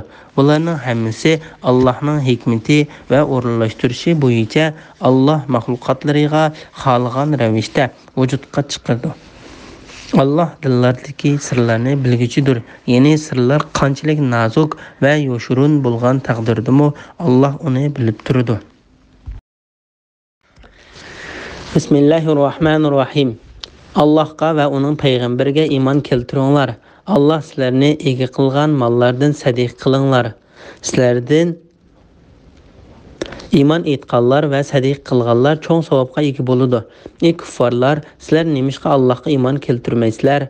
Halbuki payg'ambar sizlarni Parvardigoringlarga iymon keltirishga chaqirdi. Alloh sizlardan chin ahd oldi. Agar iymon keltirishni iroda qilsanglar, iymonga oldiranglar. Sizlarni kufrning qorong'uligidan iymonning nuriga chiqarish uchun Alloh bandasiga ro'shan oyatlarni nozil qildi. Alloh shak shubisiz sizlarga marhamatlidir, nihoyat mehribondir. Nimishqa sizlar Allohning yo'lida pul-mol sarf qilmaysizlar? Osmonlarning va zaminning Mirasi Allah'a xosdir. Sizlardan Makka fathi qilinishdan ilgari pul mol sarf qilganlar va Rasululloh bilan birlikda turib dushmanlar bilan urushganlar, Makka fathi qilingandan keyin pul mol nafiqa qilganlar va urushganlar bir-biri bilan barobar emas. Ana shularning darajasi Makka fathi qilingandan keyin nafiqa qilgan va urushganlarning darajasidan cho'ngdir. Ularning har biriga Alloh jannatni va'da qildi. Alloh sizlarning qilayotgan ishinglardan xabardordir. Kimki Allohga qarz hasana berdikan, ya'ni Allohning roziligini tilab, uning yo'lida pul mol sarf qildikan, Alloh uningga hassilab qaytirdi. Onunğa çoğ savab beridi. Sura Hadid 7-oyatdan 11-oyatgacha to'g'risida. Iymon etishga buyurish va pul molni yaxshi yo'llarga sarf qilishga rag'batlantirish to'g'risida. Buyuk va ulug' Alloh bandalarni Allohga va Allohning payg'ambariga kamil iymon etishga va shu iymon ustida davomli ching turishga buyurdi. Va Alloh bergan pul moldan yaxshi yo'llarga sarf qilishga rag'batlantirdi. Allah sizlarni ega qilgan mollardan sadiqa qilinglar. Ya'ni Allah sizlarni ega qilgan bu mol-mulk xuddi sizlar ariyatga olgan narsaga o'xshaydi. Chunki u sizlardan ilgari o'tganlarning qo'llarida edi. Keyin sizlarning qo'llaringizga keldi. Alloh taolo bu oyatda bandalarga ularni Alloh ega qilgan mol-mulklarni Allohga itoat qilish yo'lida ishlatishga tavsiya qiladi. Agar ular shunday qilsa, savobga ega bo'ladi. Agar unday qilmasa, ular farzlarni ado qilmaganliklari uchun Alloh ulardan qattiq hisob elib, tegishli jazo berdi. Alloh sizlarni ega qilgan mollardan sadiq qilinglar. Ya'ni, ey inson, bilsang, bu oyat sening melingga, sendan keyin birisining varislik qilganligiga ishorat qiladi. Sening varising bu molni Allohga itoat qilish yo'lida ishlatish mumkin. Bundaq bo'lganda, u Alloh seni ega qilgan moldan to'liq foydalanib, sen qaraganda eng baxtli bo'lishi aniqdir. Yoki sening varising bu molni Allohga osiylik qilish yo'lida ishlatish mumkin. Agar shundaq bo'lib qolsa, sen uning gunoh va zulm qilishiga yordamlashishga tirishgan bo'lib qolsan.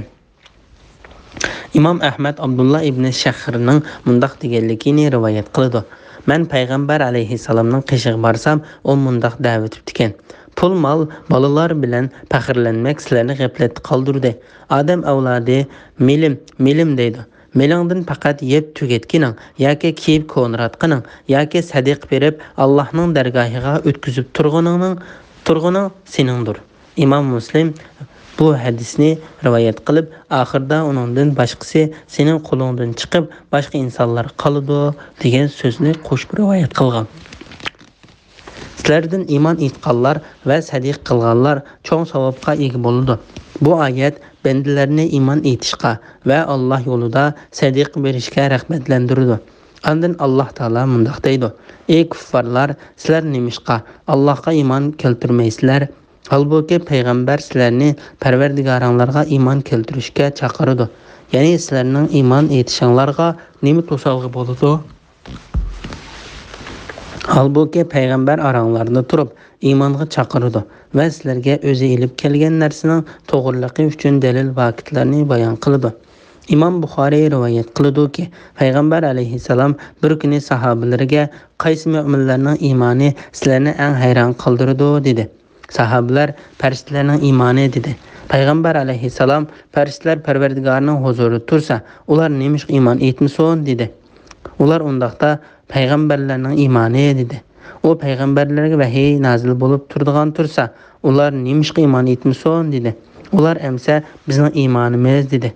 O men sizlarni oranglarda tursam, sizlar nemishqa iymon etmoqdaksizlar?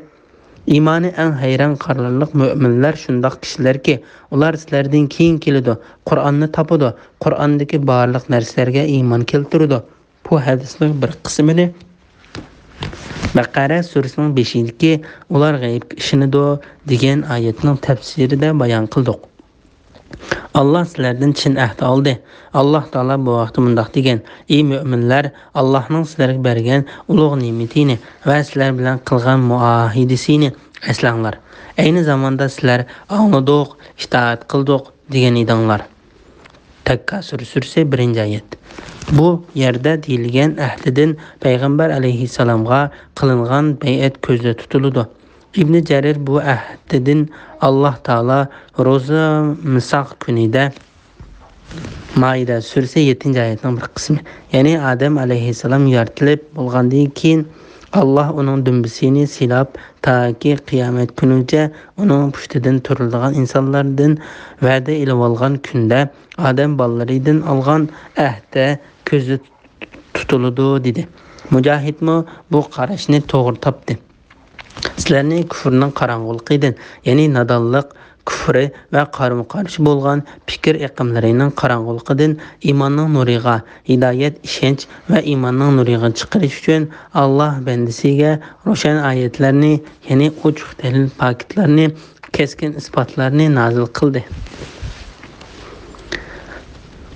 Allah şek şübhisiz sizlarga merhametlidir, nihayeti mehribondir.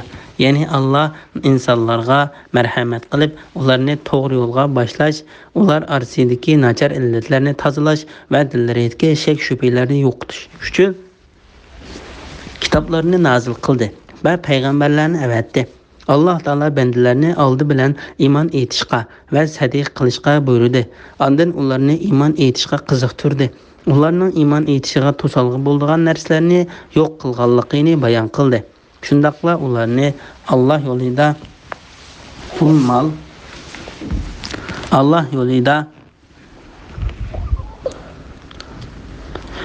mal sarf qilishga qiziqtirib mundaq dedi. Nemishqa sizlar Allohning yo'lida pul mal sarf qilmaysizlar? Osmonlarning va zaminning mirasi Allohga xosdir. Ya'ni pul milanglarni Allah yo'lida sarf qilinglar. Pekir bolup qilishinglardan pul melanglarning azlab ketishidan qo'rqmanglar. Chunki sizlar Allah yo'lida sarf qilgan pul mal Allohningdir. Allah osmonlarning va zaminning podshohidir. Osmon zaminning xazinalarining ochqishlari Allohning ilkididir. O bütün osmonlardagi barliq narsalarni o'z ichiga olgan koinotning egisidir. Allah bu vaqtda mundaq deydi: Allah'ın yo'lida bergan narsanglarning o'rnini Allah to'ldirib beradi. O rizq beruvchilarning yaxshisidir.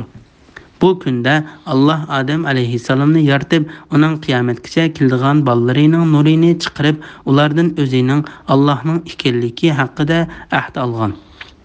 Ey insonlar, sizlarning ilkinglardagi narsalar tugaydi. Allohning dargohidagi narsalar tugmasdir. Saba surasi 39. oyat. Kim Allohga tavakkul qildikan, pul melini Allah yo'lida sarf qiladi. Pul melini erishning egisi bo'lgan Allohning kengaytirishidan qo'rqmaydi. Shundaqla Allah yo'lida sarf qilgan pul melining o'rnini Allohning to'ldirib beradiganligiga haqiqiy ishonadi. Makka fathi bo'lishdan ilgari Allah yo'lida sarf qilingan pul molning va ilib beriladigan jihadning fazilati to'g'risida. Sizlardan Makka fathi qilinishdan ilgari pul mol sarf qilganlar va Rasululloh bilan birlikda turib, dushmanlar bilan urushganlar, Makka fathi qilingandan keyin pul mol nafiq qilganlar va urushganlar bir-biri bilan barobar emas. Chunki Makka fathi qilinishdan ilgari ahvol nihoyatda og'ir bo'lib, shu chog'da faqat rostchil kishilarla islomga kirgan edi. Ammo Makka fathi qilingandan keyin islom dini cho'ng g'alabaga erishdi. Adamlar Allah'ın diniga top-top bo'lib kirdi. Şu Allah Taala mundaq deydi: Ani shularning darajasi Makka fathi qilingandan keyin nafiq qilgan va urushganlarning darajasidan cho'ngdir. Ularning har biriga Allah jannatni va'da qildi. Ko'p sondagi tafsirshunoslar bu oyatdagi fathini Makkaning fathi qilinishi deb qaraydi. Sha'bi va boshqalar bu fathidan Hudaybiya sulhisi ko'zda tutiladi deydi. Ve bu qarashga İmam Ahmad Anes'ten rivayet qilgan hadisni dalil qilib ko'rsatdi. Anas mundaq deydi: Xolid ibn Valid bilan Abdurrahman ibn Avfning orasida talash tartish yuz berdi. Xolid Abdurrahmanga: "Sizlar bizdan ilgari islomga kirganliginglar uchun bizning ishimizga aralashsizlar" dedi. Anglashimizcha bu talash tartish Payg'ambar alayhissalomga yetkazilgan ekan. Şunun bilan Payg'ambar alayhissalom mening sahobalarimga til tekkizmanglar. Mening jinim ilki bo'lgan zot Allohning nomi bilan qasamki, sizlar Allohning yo'lida Uhud tog'idek oltin sarf qilsanglarmi, amallaringlarni ularning amallarining darajasiga yetkazolmaysizlar degan ekan. Hammaga ma'lumki, bu so'zning deyilishiga sabab bo'lgan Xolid ibn Valid bo'lsa, Hudaybiya sulhi bilan Makka fathisi qilinishning oraliqida islomga kirgan edi. Uning bilan Abdurahmonning orasidagi bu talash tortish Juzayma qabilasida yuz bergan bo'lib, voqea mundaq bo'lgan. Makka fathi qilingandan keyin payg'ambar alayhissalom Juzayma qabilasiga Xolid ibn Validning qo'mondonligida qo'shin avatidi. Qo'shin ularning yurtiga yetib borganda, ular islomga kirdik demay, dinga yo'tkaldik deyishga boshlaydi. Shuning bilan Xolid ularni o'ldirishga va ularni asir elinganlarni o'ldirishga buyruq tushirdi. Uning buyrug'iga Abdurahmon, Abdullah ibn Umar va boshqalar qarshi chiqdi. Shu sababdan Xolid Abdurahmon bilan talash tortish qilishdi. Yuqoridagi so'zga, ya'ni Imom Muslim rivoyat qilgan bunu hadisdimi dalil qilib ko'rsatildi. Payg'ambar alayhissalom mundaq deydi: "Sahobalarimni tillamanglar. Mening jinim ilki bo'lgan zot Allohning nomi bilan qasamki, sizlarning biringlar Alloh yo'lida Uhud tig'idak oltin sarf qilgan taqdirdimi, amalini ularning birining bir mud yoki yarim mud sarf qilgan narsining darajasiga yetkazilmaydi. Ularning har biriga jannatni va'da qildi." Ularning har biriga Alloh jannatni va'da qildi. Ya'ni fathidin ilgari va fathidin keyin Alloh yo'lida pul-mol sarf qilganlarning har biriga Alloh jannatni va'da qildi. Gerçi ularning orasidagi mukofotlarda yuqori to'van bo'lishdek farqlar bo'lsa-mu, ular qilgan amallariga qarata savobga erishadi. Alloh taolo bu vaqtda mundaq degan: "Mu'minlardan o'zirsiz ama, tokur, keselga o'xshash o'zirisi borlar buningdan mustasno. Jihadga chiqmaganlar Alloh yo'lida mollarini, jonlarini tikib jihad qiluvchilar bilan barobar bo'lmaydi. Alloh mollarini, jonlarini tikib jihad qiluvchilarni jihadga chiqmaganlardan bir daraja ustun qildi." Bu ikki xil kishilar ya'ni o'zirisi bo'lib jihadga chiqmaganlar va jihadga chiquvchilarning hammasiga Alloh jannatni va'da qildi. Allah jihad qiluvchilarga büyük ecir ata qildi. Büyük ecir ata qilib, ularni o'zirsiz turib jihadga chiqmaganlardan ortiq qildi. Nahl surasi 96-oyatning bir qismi. Imom Muslim payg'ambar alayhissalomning mundaq deganligini rivoyat qildi: "Kuchli mu'min ajiz mu'minga qaraganda Allohga so'yimlikdir, lekin har ikki mu'minda yaxshilik bor." Allah Taala bu oyat orqali faqat kishilarni birinchi turdagi odamlarni maqtab, ikkinchi turdagi odamlarni o'rnini tushirib etmasligi, biror aqli kam odamning ularni ayblab qo'ymasligi uchun ogohlantirdi. Shun Allah birinchi turdagi odamlarning ortiqchiligini bayon qilgandan keyin uning orqadilla ikkinchi turdagi odamlarni maqtab madiladi. Allah sizlarning qilayotgan ishinglardan xabardordir. Ya'ni Allah hamma ishdan xabardor bo'lganlik uchun Makka fathi bo'lishdan ilgari Alloh yo'lida pul-mol sarf qilgan va jihad qilganlarning savobini, undan keyin pul-mol sarf qilgan va jihad qilganlarning savobidan yuqori qildi. Bu faqat Allohning birinchi turdagi kishilarning niyat maqsadlarining pok, Allohga bo'lgan ixlosining samimiy bo'lganligini, ig'ir va qiyin kunlarda, kambag'al chaqlarda Alloh yo'lida pul-mol sarf qilganligini bilganligi uchundir. Imom Nasai payg'ambar alayhissalomning bu vaqtda mundaq deganligini rivoyat qiladi: "Ilgari Alloh yo'lida sarf qilingan bir dirhamning savobi keyin sarf qilgan 100 ming dirhamning savobidan ortiqdir." Abu Bakr Siddiq radhiyallohu anhu Allah bu oyatda to'liq nasibasi bor imondarlardan ekanligiga hech kimda shak yo'qdir. Chunki u boshqa payg'ambarlarning ummatlariga qaraganda bu oyatga amal qilganlarning peshvasi hisoblandi. U haqiqatan g'olib va buyuk Allohning roziligiga erishish uchun mol-mulkining hammasini Alloh yo'lida sarf qildi. Uning bu amalining mukofotini Allohdan boshqa hech kim bera olmaydi. Allah yo'lida pul-mol sarf qilishga rag'batlantirish to'g'risida. Kimki Allohga qarz hasana berdi ekan, ya'ni Allohning roziligini tilab uning yo'lida pul-mol sarf qildi ekan, Umar ibn Xattob bu vaqtda Allohga qarz hasana berish Alloh yo'lida pul-mol sarf qilishdanmi iboratdir dedi. Ba'zi tafsirshunoslar u oil tavobatning ehtiyojini ta'minlashdan iboratdir dedi. To'g'risi bu oyat yaxshilikqa sarf qilgan pul molning hammani o'z ichiga oladi. Xolis niyat va mustahkam iroda bilan Alloh yo'lida pul mol sarf qilgan har qanday odam bu oyatning hukmini ichiga kirdi. Kimki Allohga qarz hasana berdi ekan, Allohning roziligini tilab, uning yo'lida pul mol sarf qildi ekan, Alloh uning silab qaytardi. Alloh taolo yana bir oyatda mundaq degan: kimki Allohga qarz hasana berdi ekan, ya'ni Allohning yo'lida pul melini xushallik bilan sarf qildi ekan, Alloh uningga necha hassa, ya'ni 10 hassidan 700 hassigacha ko'p qaytardi. Baqara surasi 245-oyatning bir qismi. Ya'ni uningga qiyomat kuni katta mukofot va mo'l rizqdan iborat jannatni beradi. Kimki Abu Hatim Abdullah ibn Mas'udning mundaq deganligini rivoyat qiladi.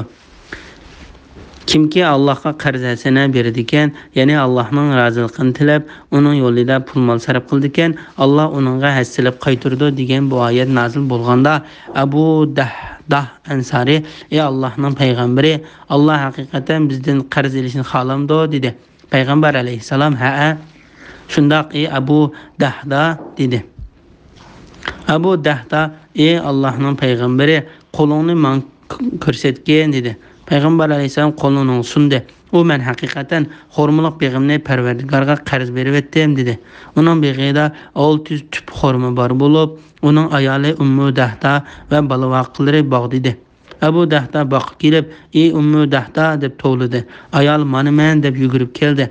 Abu Dahda ayoliga "Bog'dan chiq, men uni g'olib va buyuk Parvardigorimga qarz berib etdim" dedi. Yana bir rivoyatda ayol uningga "Ey Abu Dahda, so'dan bek foydali so'da bo'libdi" dedi va yuk taqqilari va ballarini ilib bog'dan chiqib ketdi. Payg'ambar alayhisalom mundaq dedi: "Jannatda Abu Dahdaga nurg'un xormi daraxtlari beriladi." Yana bir rivoyatda mundaq dedi: "Jannatda Abu Dahdaga tuplari marvoyit va yoqutdan bo'lgan, shoxlari ko'tarilmay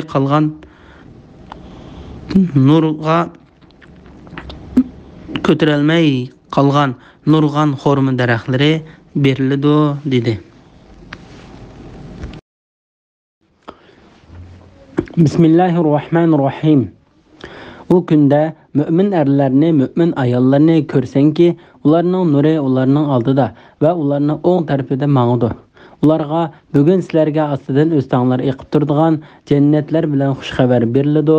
U yerlarda mangu qolasizlar. Bu ulug' muvaffaqiyatdir deyiladi. U kunda munofiq erlar, munofiq ayollar müminlarga bizni kutib turinglar, sizlarning nuringlardan azroq olayli deydi. Ularga masxara yuzidan arqonlarga qaytib nur tilanglar deyildi. Shun bilan ularning orasiga bir sepir so'qildi. Sepilning darvozasi bo'ladi.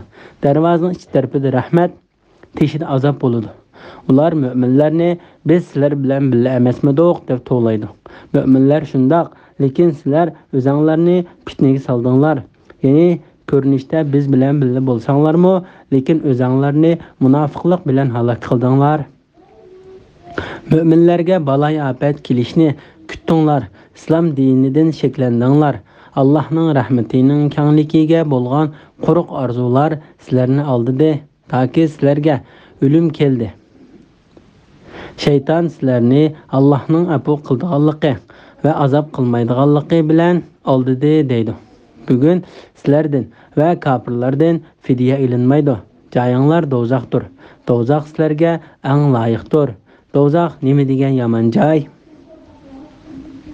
Sura Hadid 12, 13, 14, 15-oyat to'g'risida. Qiyomat kuni mu'minlarga ularning amallariga yarasha nur berildiganligi to'g'risida. Alloh taolo bu oyatda sadiqa qilguvchi mu'minlardan xabar berdi. Qiyomat kuni ularning amallariga yarasha qiyomat maydonida ularning oldida mang'diganligini bayon qildi. Abdullah ibn Mas'ud radhiyallohu anhuma Alloh taolaning ularning nuri ularning oldida mang'di degan oyati haqida mundaq deydi. Ular amallariga qarta tilsirat ko'rikidan o'tadi. Ularning ba'zilarining nuri tog'dek cho'ng bo'ladi. Ba'zilarining nuri xurmidek bo'ladi. Ba'zilarining nuri o'r turgan odamdek bo'ladi. Ulardan nuri eng oz bo'lganlarning nuri qo'lning bosh barmoqidek cho'nglikda bo'lib, bir yenib, bir o'chib turdi. Buni ibn Abu Hatim va ibn Jarir rivoyat qilgan. Zakhok mundaq deydi: qiyomat kuni hamma odamga nur berildi. Ular Pilsirat ko'rikiga yetib borganda munofiqlarning nuri o'chib qoladi. Buni ko'rgan mu'minlar o'zlarining nurlarining munofiqlarning nuri o'chib qolgandek o'chib qolishidan qo'rqib, Parvardigorimiz bizga nurimizni to'liq bergin deb tilaydi. Va ularning o'ng tarafida Zakhok bu oyat haqida mundaq deydi: ya'ni ularning nama amallari ularning o'ng tarafida mangdi. Alloh taolo bu vaqtda mundaq degan: nama amali o'ng qo'lidan berilganlar o'zlarining nama amalini o'qiydi. Ularga qilcha zulm qilinmaydi. Isro surasi 71-oyatning bir qismi. Alloh taolo mundaq deydi: ularga bugun sizlarga ostidan o'stanlari yiqib turadigan jannat bilan xush xabar beriladi. U yerlarda mangu qolasizlar. Bu ulug' muvaffaqiyatdir deyiladi. Munofiqlarning qiyomat kunidagi ahvoli to'g'risida. U kunda munofiq erlar, munofiq ayollar mu'minlarga bizni kutib turinglar, sizlarning nuringlardan azroq olayli deydi. Mana bu Alloh taolo tarafidan qiyomat kuni qiyomat maydonida yuz beradigan qattiq qo'rqinch, katta zilzila va dahshatli ishlar haqida berilgan xabarlardir. Bu kunda Allohga va uning payg'ambariga iymon keltirgan, Alloh buyurgan ishlarni qilgan va Alloh to'sgan ishlardan yongan kishilarla najotlikqa erishadi. Avfi, Zakhok va boshqalar Ibn Abbos radhiyallohu anhumaning mundaq deganligini rivoyat qiladi. Odamlar qorong'ulik ichida qolgan bir vaqtda Alloh bir nur avatidi. Mu'minlar bu nurni ko'rib shu tarafga mangdi. Bu nur Allohning mu'minlarni jannatga boshlaydigan yo'lidir. Munofiqlar mu'minlarning mang'anligini ko'rib ularga ergishib mangdi. Shuning bilan Alloh munofiqlarga qorong'ulikni avatidi. Shu chaqda ular bizni kutib turinglar, sizlarning nuringlardan azroq olayli. Biz haqiqatan dunyoda sizlar bilan birga edik deydi. Mu'minlar ularga masxara yuzidan arqonlarga qaytib nur tilanglar, sizlar kelgan qorong'ulik ishiga qaytib berib shu yerdan nur tilanglar deydi. Shuning bilan ularning orasiga bir sepil so'qiladi. Sepilning darvozasi bo'ladi. Darvozaning ichi tarafida rahmat, teshida azob bo'ladi. Hasan va Qatada o sepil jannat bilan do'zax orasiga so'qilgan sepildir dedi. Abdurrahman ibn Zayd o Alloh taolaning ularning orasida bir to'sin bo'ladi. A'rof surasi 46-oyatning bir qismi degan oyatdagi to'smining dal o'zidir dedi. Mujohid va bir qancha kishining shundoq deganligi rivoyat qilingan. Qatada ibn Zayd va boshqalar darvozaning ichi tarafida rahmat, ya'ni jannat va uningdagi noz-ne'matlar, teshida azob bo'ladi, ya'ni do'zax bo'ladi deydi.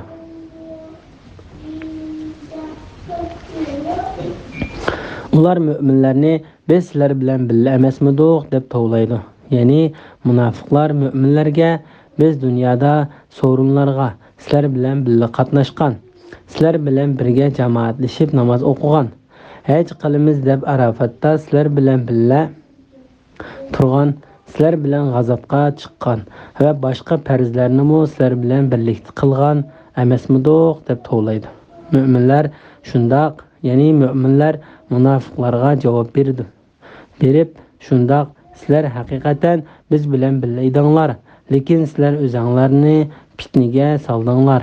Ya'ni ko'rinishda biz bilan birga bo'lsanglarmi, lekin o'zinglarni munofiqlik bilan halok qildinglar. Mu'minlarga baloyi ofatlar kelishini kutdinglar. Islom dinidan sheklandinglar. Allohning rahmatining kengligiga bo'lgan quruq orzu sizlarni oldida deydi. Qatada bu oyatni mundaq tafsir qildi: sizlar islom diniga va mu'minlarga baloyi ofat kelishini kutdinglar. O'lgandan keyin qayta tirilishdan sheklandinglar. Allohning rahmatining kengligiga bo'lgan quruq orzular sizlarni oldida. Ya'ni sizlar bizga mag'firat qilindi dedinglar va hayotga shundoq davom qildinglar. Toki sizlarga o'lim keldi. Shayton sizlarni Allohning afv qildiganligi va azob qilmaydiganligi bilan aldidi deydi. Qatada mundaq deydi. Ular shaytonga aldangan edi. Allohning nomi bilan qasamki, ular shaytonning aldishiga qo'llanib ketaverib, natijada Allohning ularni do'zaxga tashlashdan iborat jazolashiga erishdi. Müminlarning munofiqlarga aytgan bu so'zlarining ma'nosi: sizlar dunyodagi chaqda biz bilan birga niyatinglar va dilinglar bilan emas, balki jisminglar bilan birga bo'ldinglar. Sizlar biz mangan yo'lga gumon va shak bilan qaraytinglar. Ibodatlaringlarni kishilarga ko'rsatish uchun riyo bilan qilatdinglar. Allohni oz yod etdinglar deganlikdir. Mujohid mundaq deydi. Munofiqlar müminlar bilan dunyo ishlarida tirik edi. Ular bilan nikohlashatdi, so'rinlarda birga bo'latdi va yaqin aralashadi. Ammo oxirat ishlarida o'lik edi. Qiyomat kuni ularning hammasiga nur beriladi. Munofiqlar shu sepilga yetib borganda ularning nuri o'chib qoladi. Shu chaqda müminlar bilan ularning orasini ayiradi. Joyinglar do'zaxdir. Ya'ni do'zax sizlarning borar joyinglardir. Sizlar shu joyga qaytisizlar. Alloh taolo mundaq deydi. Do'zax sizlarga eng loyiqdir. Ya'ni sizlar kufrlik qilganliginglar va o'lgandan keyin tirilishga shakti bo'lganliginglar uchun do'zax sizlarga boshqa har qanday joyga qaraganda eng loyiqdir. Do'zax nima degan yomon joy?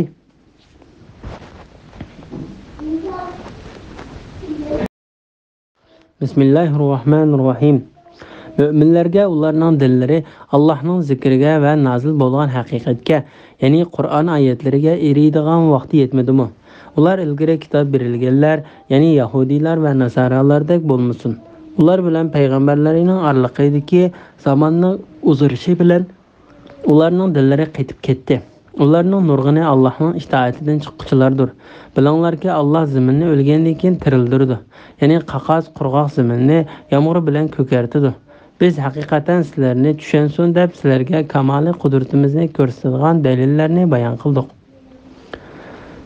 Sura Hadid 16-17 to'g'risida.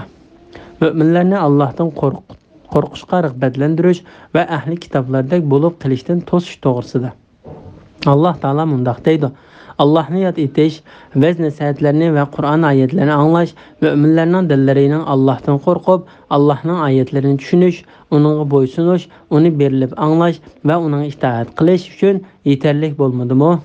Imom Muslim Abdullah ibn Mas'ud radhiyallohu anhuning mundaq deganligini rivoyat qiladi. Bizning islomga kirishimiz bilan Allohning bizni müminlarga ularning dillari Allohning zikriga va nozil bo'lgan haqiqatga, ya'ni Qur'on oyatlariga eriydigan vaqt yetmadimi? degan bu oyat bilan ayblanishning oraliqida faqat 4 yil o'tgan edi. Bu hadisni Imom Nasa'iy bu oyatning tafsiri haqidagi bobda rivoyat qilgan. Ular ilgari kitob berilganlar, ya'ni Yahudiylar va Nasoralardek bo'lmasin. Ular bilan payg'ambarlarining oraliqidagi zamonning uzirishi bilan ularning dillari qaytib ketdi. Alloh taolo bu oyatda mu'minlarni ulardan ilgari kitob berilgan Yahudi va xristianlarga o'xshab qilishdan to'sidi. Ular bilan payg'ambarlarining oraliqidagi zamonning uzirishi bilan ular qo'llaridagi Allohning kitobini o'zgartdi. Uni o'z pulga sotdi. Allohning kitobini orqalariga cho'ritib, har xil qarashlarga, bir-biriga zid bo'lgan fikrlarga yuzlandi. Odamlarni Allohning diniga qarg'ularcha agishadigan qilib qo'ydi. Ular Allohni qo'yib, o'zlarining diniy boshliqlarini, ulamolarini va rahiblarini ma'bud qilib oldi. Ana shu chaqda ularning dillari vaz nasihatni qabul qilmaydigan, jannat bilan berilgan va'daga ishonmaydigan, do'zax bilan berilgan ogohlantirishdan qo'rqmaydigan darajada qaytib ketdi. Amal ibodat qilishda ularning nurg'uni Allohning itoatidan chiqquvchilardir. Shunga ularning dillari buzuq, amallari botildir. Alloh taolo bu vaqtda mundaq degan: ahdini buzganligi uchun ularni rahmatimizdan yiroq qildik. Ularning dillarini iymonni qabul qilishga yumshamaydigan darajada qattiq qildik. Ular Tavratning so'zlarini o'zgartirdi. Ular Tavratda o'zlari uchun qilgan nasihatning bir qismini unutdi. Maide suresi 13. ayetning bir qismi. Ya'ni ularning dillari, aqidalari buzuq bo'lganligi uchun qetib ketdi va ularning tabiatiga Allohning oyatlarini burmalash xohishlari singib ketdi. Ular buyurilgan ishlarni qilmay, aksicha cheklangan gunoh ishlarni qildi. Shu Alloh mu'minlarni cho'ng yoki ushoq ishlarning hech birida ularga o'xshab qolmaslikka buyurdi. Bilinglarki, Alloh zaminni o'lgandan keyin tirildirdi. Ya'ni qaqas qurg'oq zaminni yomg'ir bilan ko'kartirdi. Biz haqiqatan sizlarni tushunsin deb sizlarga kamoliy qudratimizni ko'rsatadigan dalillarni bayon qildik. Bu oyat Alloh taolaning dillar qetib ketgandan keyin uni yumshatadiganligini, ozg'unlar gumroh yo'lga kirib ketgandan keyin ularni hidoyat qiladiganligini, ig'irchiliklar kelgandan keyin uni osonlashtiradiganligini ko'rsatib berdi. Allah Qur'on qaqas cho'llarib ketgan zaminni chaqirib yoqqan yomg'ir bilan tirildirganidek qetib ketgan dillarni Qur'onning ro'shan dalil paketlari bilan hidoyat qildi. Hech narsa qabul qilinmag'idek darajada itilib qolgan dillarni hidoyat nuri bilan davolaydi. Barliq nuqsonlardan pok bo'lgan Alloh xohlagan kishini u gumroh bo'lgandan keyin hidoyat qiluvchidir. Xohlagan kishini u komil mu'min bo'lgandan keyin gumroh qiluvchidir. Alloh xohlagan ishni qiluvchidir. Barliq ishlarni hikmat va odillik bilan qiluvchidir. Allah nihoyat mehribondir, halim, hammadan xabardordir, hammadan buyukdir, hammadan ustundir. Bismillahirrohmanirrohim. Sadiqa berguchi erlarga, sadiqa berguchi ayollarga va Allohga qarz hasana berguchilarga, ya'ni Allohning roziligini tilab kambag'allarga sadiqa berguchilar, yaxshilik yo'llariga xushallik bilan pul mol sarf qiluvchilarga assilab savob beriladi. Ularga zo'r mukofot, ya'ni jannat beriladi. Allohga va uning payg'ambarlariga iymon etganlar, ana shular Parvardigorning dargohida siddiqlardir, shahidlardir. Ular oxiratda savobga va nurga ega bo'ladi. Bizning oyatlarimizni inkor qilganlar va yolg'onga chiqarganlar ana shular ahli do'zaxdir. Sura Hadid 18-19 oyat to'g'risida. Sadiqa berguchilarga, rostchil va shahidlarga beriladigan mukofot va kofirlarning borar joyi to'g'risida. Alloh taolo bu oyatda pul mollarini muhtojlarga, kambag'allarga va miskinlarga sadiq qiluvchi ayollarga beriladigan mukofotdan xabar berdi va Allohga qarz hasana berguchilarga, ya'ni ular Allohning roziligini tilab xolis niyat bilan sadiqa berdi. Bergan sadiqasining badaliga sadiqa olg'uvchilardan hech qanday mukofot va rahmat talab qilmaydi. Shu Alloh taolo mundaq deydi: hassilab savob beriladi, ya'ni ularning bir yaxshiligiga 10 hassidan 700 hassigacha savob berilan javob qaytariladi. Uning ustiga ularga zo'r mukofot, ya'ni jannat beriladi, ya'ni katta savob, yaxshi joy, isl qarorgoh bo'lgan jannat beriladi. Alloh taolo mundaq deydi: Allohga va uning payg'ambarlariga iymon etganlar, ana shular Parvardigorining dargohida siddiqlardir. Bu ayet ilgirki ayetning to'liqlanmasi bo'lib, Allohga va uning payg'ambarlariga iymon etuvchilarni eng rostchilar deb sifatlandi. Amash Abu Zuhadin Abdullah ibn Mas'udning Alloh taolaning ana shular Parvardigorining dargohida siddiqlardir, shahidlardir degan oyat haqida mundaq deganligini rivoyat qiladi. Müminler üç türlük bulup Allah yolunda sadiqa berguchilar, rastchillar va Allah yolunda şehit bolguchilardan ibarettir.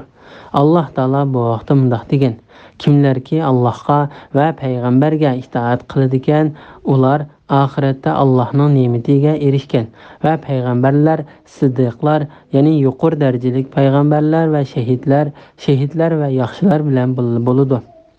Nisa surasi 69-oyatning bir qismi. Agar Allah rastchillar bilan shahidlarning orasini ayirib bayon qildi. Bu ularning ayrim ikki turdiki odamlar ekanligini ko'rsatib berdi. Rastchil odamlarning darajasi shahidning darajasidan yuqori ekanligida hech bir shak yo'qdir. Imom Malik Muvatta degan kitobida Abu Said Xudriydan payg'ambar alayhissalomning bu vaqtda mundaq deganligini rivoyat qildi: shak shubasizki jannat ahli Ba'zilarining martabasi yuqori bo'lganligi uchun o'zlaridan yuqori martabadagi qasr egillarini xuddi sharq yoki g'arb ufqidagi yorug' oqar yulduzlarni ko'rgandek ochiq ko'rib turdi. Sahobalar Allohning payg'ambari, balkim u payg'ambarlarning martabasi bo'lib, boshqalar uningga erishalmas kerak dedi. Payg'ambar alayhissalom undaq emas. Mening jinim ilki bo'lgan zot Allohning nomi bilan qasam qilamanki, u martabaga Allohga iymon etgan payg'ambarlarni tasdiq qilgan kishilar erishadi dedi. Bu hadisni Imom Buxoriy va Muslim rivoyat qilgan. Parvardigorning dargohida shahidlardir. Ya'ni ular nozu ne'matlik jannatlardadir. Imom Muslim payg'ambar alayhissalomning bu vaqtda mundaq deganligini rivoyat qiladi. Shak shubasizki, shahidlarning joylari jannatda yeshil qushlarning po'kollarida xohlagan joyga uchib yuriydi. Andin ana shu nurli fanuslarning ustiga qo'nadi. Andin Parvardigori ularga qarab, "Nimani xohlaysizlar?" deydi. Ular bizni dunyo yurtiga qaytarishingni, u yerda sening yo'lingda jihad qilishimizni, andin xuddi birinchi qatim shahid qilinimizdek shahid qilinishimizni xohlaymiz deydi. Parvardigori, "Men haqiqatan insonlarni dunyo qaytarilmaydi deb hukm qilib etdim" deydi. Ular oxiratda savobga va nurga ega bo'ladi.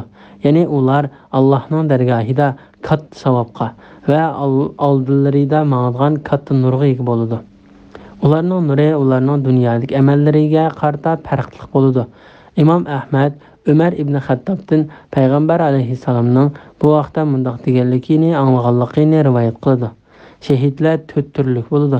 Birinchisi iymoni yaxshi mo'min odam bo'lib, dushmanga uchrashganda toki shahid qilinguncha Alloh yo'lida urushidi. Shahid bo'ladi. Ana shu shahidga odamlar mana shunday qaraydi deb payg'ambar alayhissalom beshini osmon tarafga ko'tardi. Uning va Umar radhiyallohu anhuning bo'ki yerga tushib ketdi. Ikkinchisi normal mo'min bo'lib, u dushmanga uchrashganda uning dumbisiga xuddi tikanlik daraxtning shoxi sanjilgandek bo'ladi. Uningga noma'lum kishi tarafidan etilgan o'q kelib tegdi-da, u shahid bo'ladi. Ana shu shahid ikkinchi darajalik shahiddir. Uchinchisi yaxshi amalni yomon amalga aralashtirib qo'ygan mo'min bo'lib, dushmanga uchrashganda u Alloh yo'lida shahid bo'lguncha urushib shahid bo'lib ketadi. Ana shu shahid 3-darajalik shahiddir. To'rtinchisi nurg'un gunoh ishlarni qilib, o'ziga o'zi zulm qilgan mo'min bo'lib, dushmanga uchrashganda Alloh yo'lida shahid bo'lguncha urushib shahid bo'lib ketadi. Ana shu shahid 4-darajalik shahiddir. Bu hadisni Imom Tirmiziy rivoyat qilgan. Bizning oyatlarimizni inkor qilganlarni va yolg'onga chiqarganlar ana shular ahli do'zaxdir. Alloh taolo baxt saodatga erishadiganlarni va ularning qarorgohini bayon qilgandan keyin uning ulablar baxtsizlarni va ularning ahvolini bayon qildi. Bismillahirrohmanirrohim. Bilanglarki, dunyo tirikchiligi o'yindan kishini oxiratda g'aflatdan qoldiradigan mashg'ulotdan, zibu-zinnatdan, o'zaro faxrlanishdan, pul, mol, farzand ko'paytib faxrlanishdan iboratdir.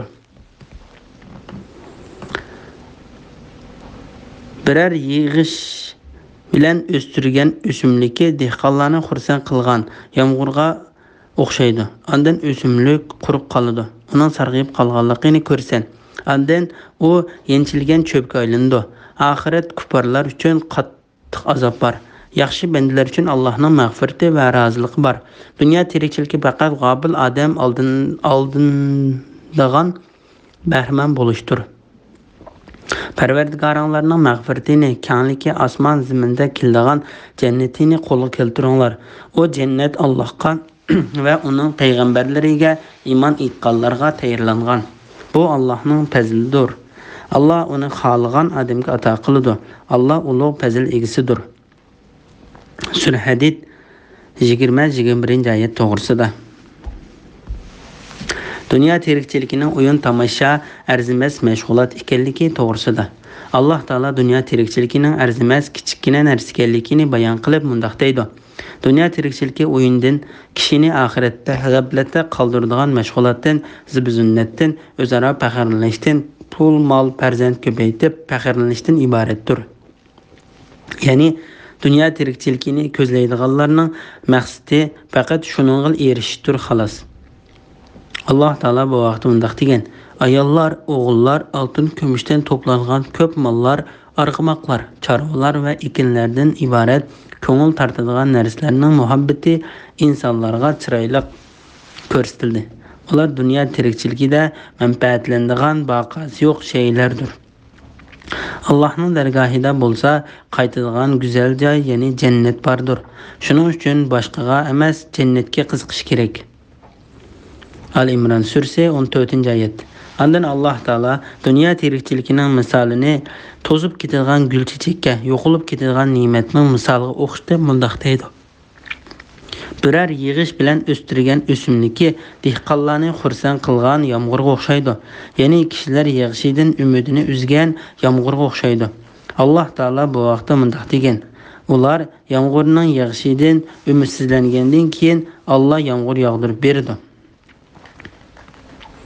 Shura surasi 28-oyatning bir qismi. O'simligi dehqonlarni xursand qilgan, ya'ni shu yomg'ir bilan o'stirilgan, ana shu ziroatning o'simligi dehqonlarni xursand qiladi.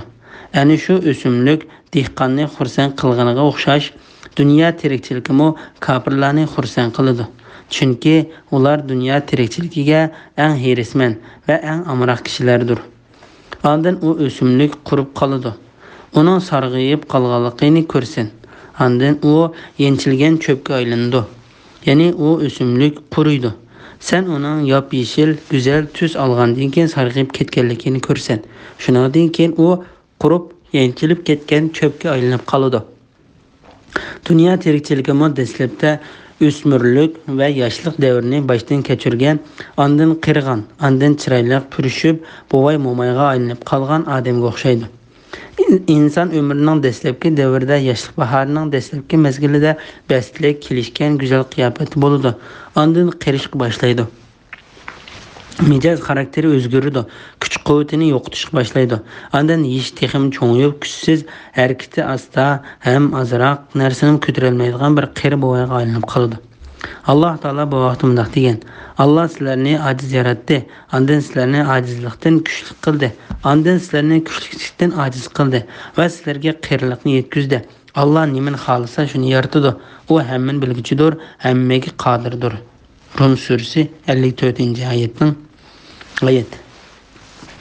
Alloh taolo bu misol orqali dunyoning cho'qim tugab yo'q bo'lganligini, oxiratning cho'qim vujudga chiqadiganligini ko'rsatgandan keyin oxiratning azobidan ogohlantirib va oxiratning tugmas bitmas yaxshiliklariga rag'batlantirib mundaq deydi: oxiratda kuffarlar uchun qattiq azob bor. Yaxshi bandalar uchun Allohning mag'firati va roziligi bor. Dunyo tirikchiligi faqat g'ofil odam oldin ola bahramand bo'lishdir. Ya'ni yaqinlashayotgan oxiratda faqat qattiq azob yoki Allohning mag'firati va roziligi bor. Dunyo tirikchiligi faqat g'ofil odam oldindan bahramand bo'lishdir. Ya'ni dunyo tirikchiligiga berilib ketgan odamga uni aldaydigan, oxiri bo'lmaydigan qisqa mezgillik bir bahramand bo'lishlar bordir. Chunki u uningga aldanib ketdi. U uningga qattiq berilganlikdan bu hayotlikdan boshqa hayotlik yo'q. Bu hayotlik oxirlashgandan keyin yana bir hayotlik bo'lmaydi deb e'tiqod qiladi. Imom Ahmad Abdullohdan payg'ambar alayhissalomning mundaq deganligini rivoyat qiladi: Jannatda haqiqatan sizlardan biringlarga uning oyog'ining sho'ynisidanmi yaqindir. Do'zaxmo shuningga o'xshashdir. Bu hadisni Imom Buxoriy rivoyat qilgan. Bu hadis yaxshilikning yomonlikning insonga nihoyatda yaqin ekanligini ko'rsatib berdi.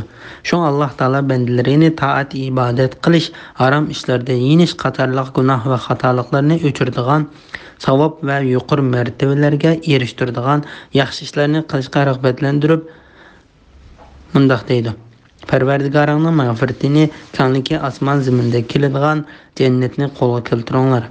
Alloh taolo yana bir oyatda mundaq degan: Parvardigoringlarning mag'firatiga va taqvodorlar uchun tayyorlangan kenglikka osmon zamincha keladigan jannatga oldiranglar.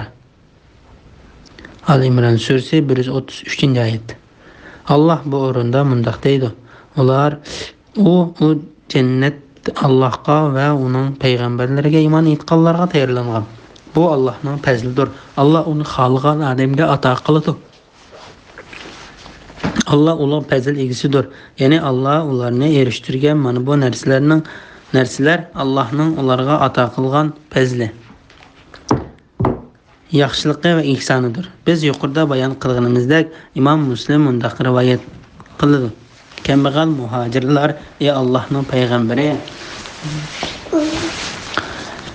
boylar ajriga, oliy darajalarga va doimliq noz-ne'matlarga erishib ketdi dedi. Payg'ambar alayhissalom qandoq qilib dedi. Ular biz namoz o'qigandak o'qiydi, biz ro'za tutgandak ro'za tutadi, biroq ular sadaqa berdi, biz sadaqa bera olmaymiz.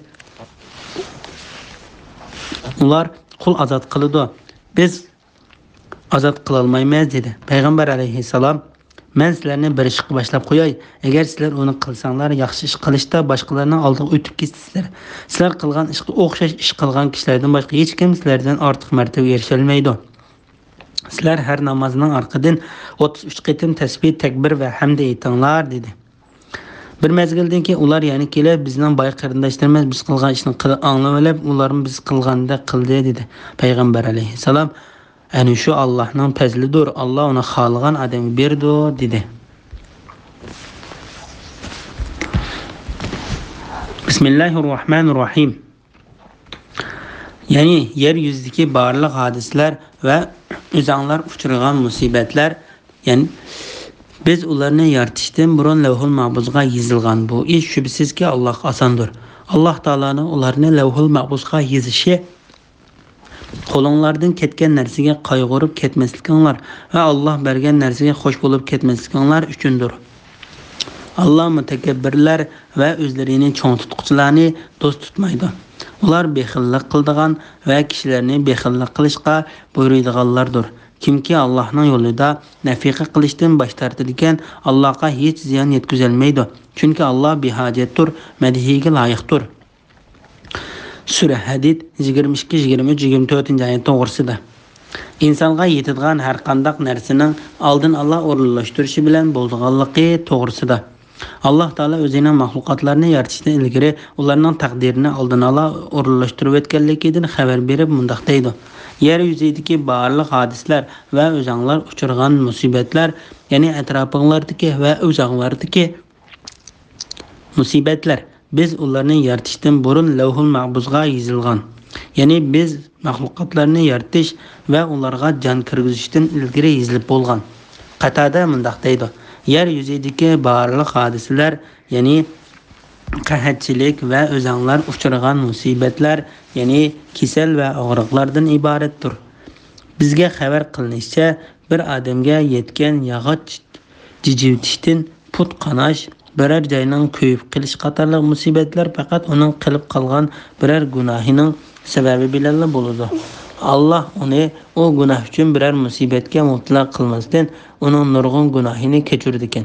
Bu ulug' oyat karima Alloh taolaning shaylarni vujudga kelishdan burun bildiganligidan iborat subtini inkor qiluvchi qadriya bir qisiga radiya beradigan eng cho'ng dalildir.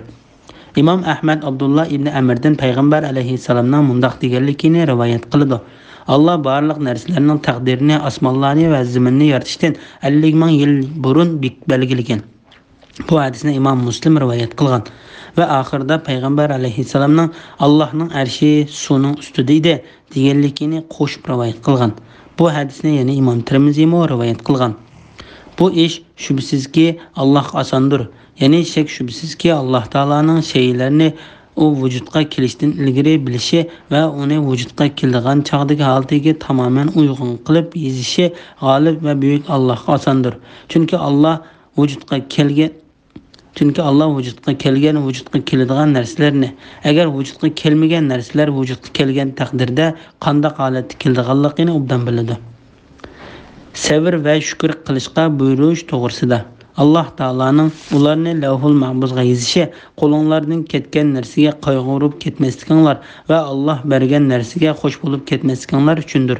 Ya'ni bu bizning sizlarga shay va vujudga kelishdan ilgari bildiganligimiz va uni burunla tutadiganligimizdan vujudga keladigan şeylarni Alloh oldin ola belgilaydiganligimizni bildirishdan iborat bo'lib, bu shuning uchunki sizlarga yetgan musibatlarning hargizmi yengillashib qilishidan yoki xatoliklar sababidan yetib qolmaydiganligini bilishinglar.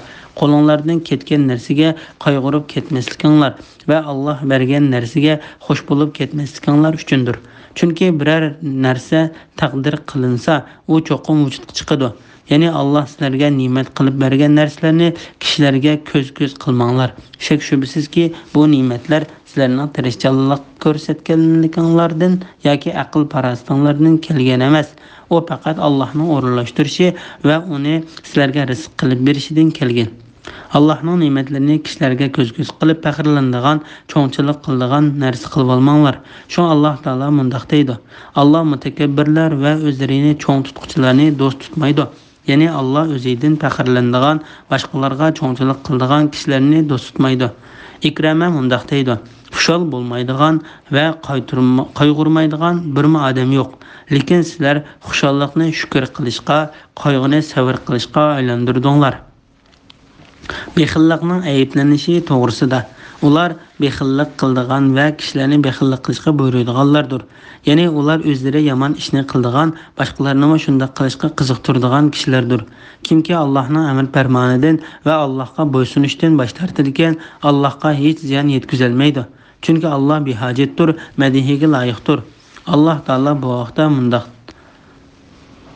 bu haqda Musa alayhissalomning aytganlaridan xabar berib mundaq degan: Agar sizlar va butun yer yuzidagi kishilar kafir bo'lib ketsanglarmi, Allohga qilch ziyon yetkazolmaysizlar. Chunki Alloh albatta hammadan behojatdir, madhiyalashga loyiqdir. İbrahim surasi 8-oyatning bir qismi. Bismillahirrohmanirrohim. Biz haqiqatan payg'ambarlarimizni ro'shan mo'jizalar bilan avatdik va ular bilan billa insonlarni adolatni barpo qilsin deb kitobni, qonunni tushirdik. To'mirni yaratdik. To'mirdan urush qurollari yasalganligi uchun to'mir kuch-quvvatni o'z ichiga olgan. To'mirda insonlar uchun nurg'un manfaatlar bor. Allohni ko'rmay turib qurollarni ishlatib, Allohga va payg'ambariga yordam berganlarni bilish, ma'lum qilish uchun to'mirni yaratdi. Alloh haqiqatan kuchlidir, g'olibdir. Sura Hadid 25-oyat to'g'risida. Payg'ambarlarning mo'jiza, adolat va haqiqat bilan avatilganligi to'g'risida.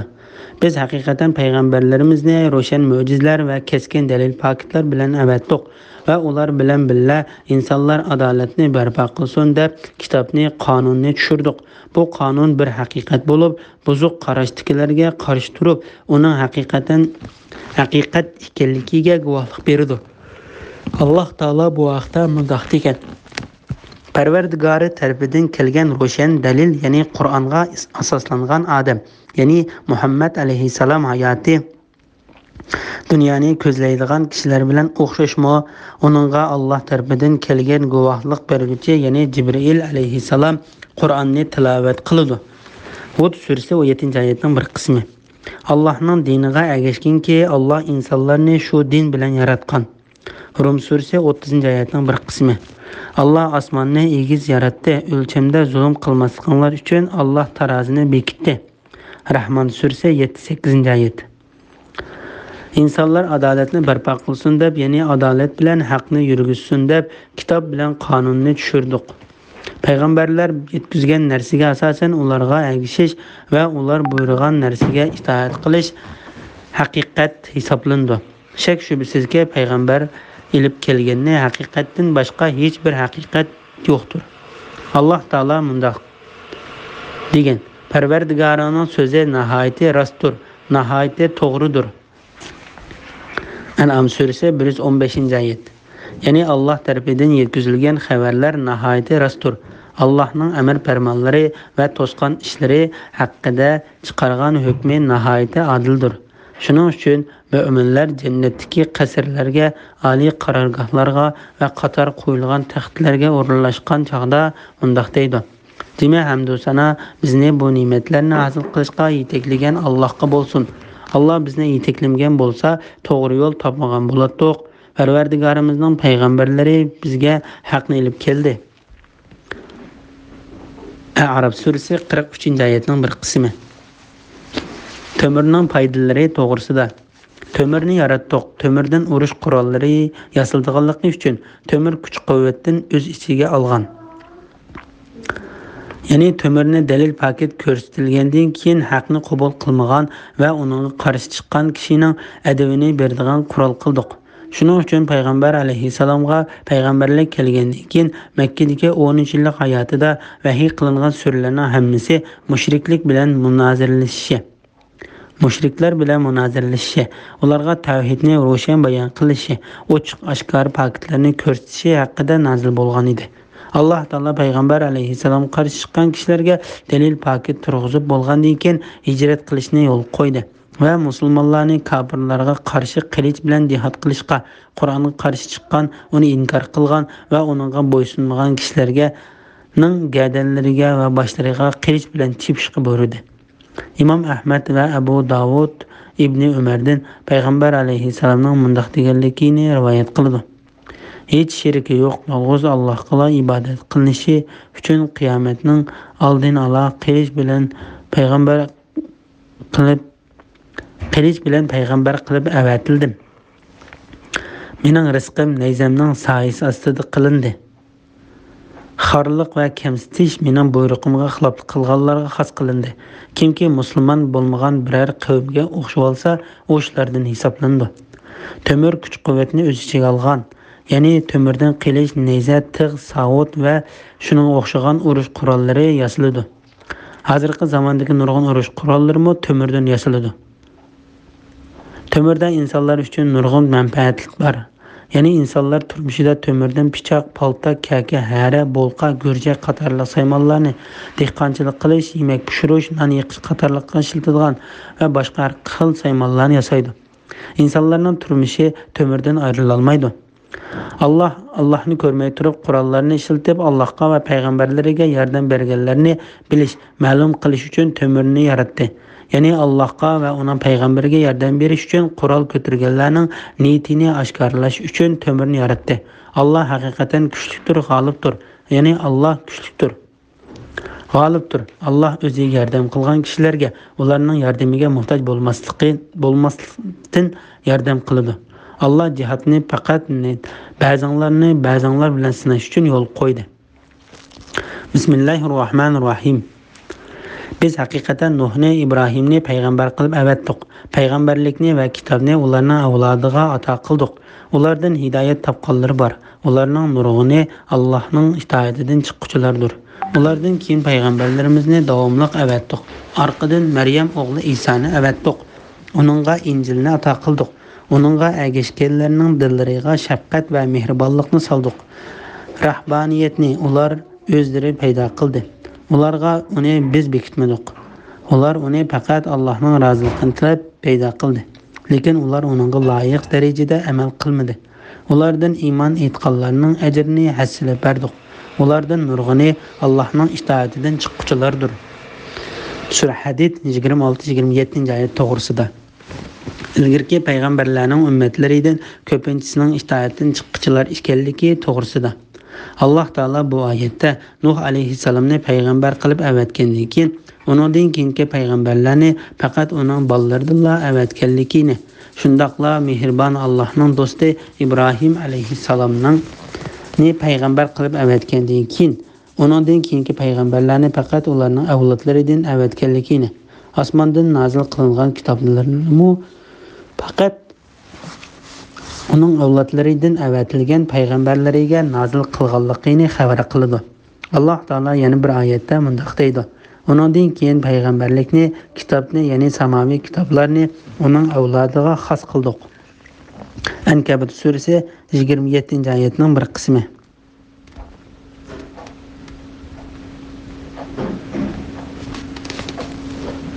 İsrail avlodidan avatilgan payg'ambarlarning eng oxirgisi Maryam o'g'li Isa alayhissalom bo'lib, u o'zidan keyin Muhammad alayhissalomning payg'ambar bo'lib kelganligidan xabar bergan edi.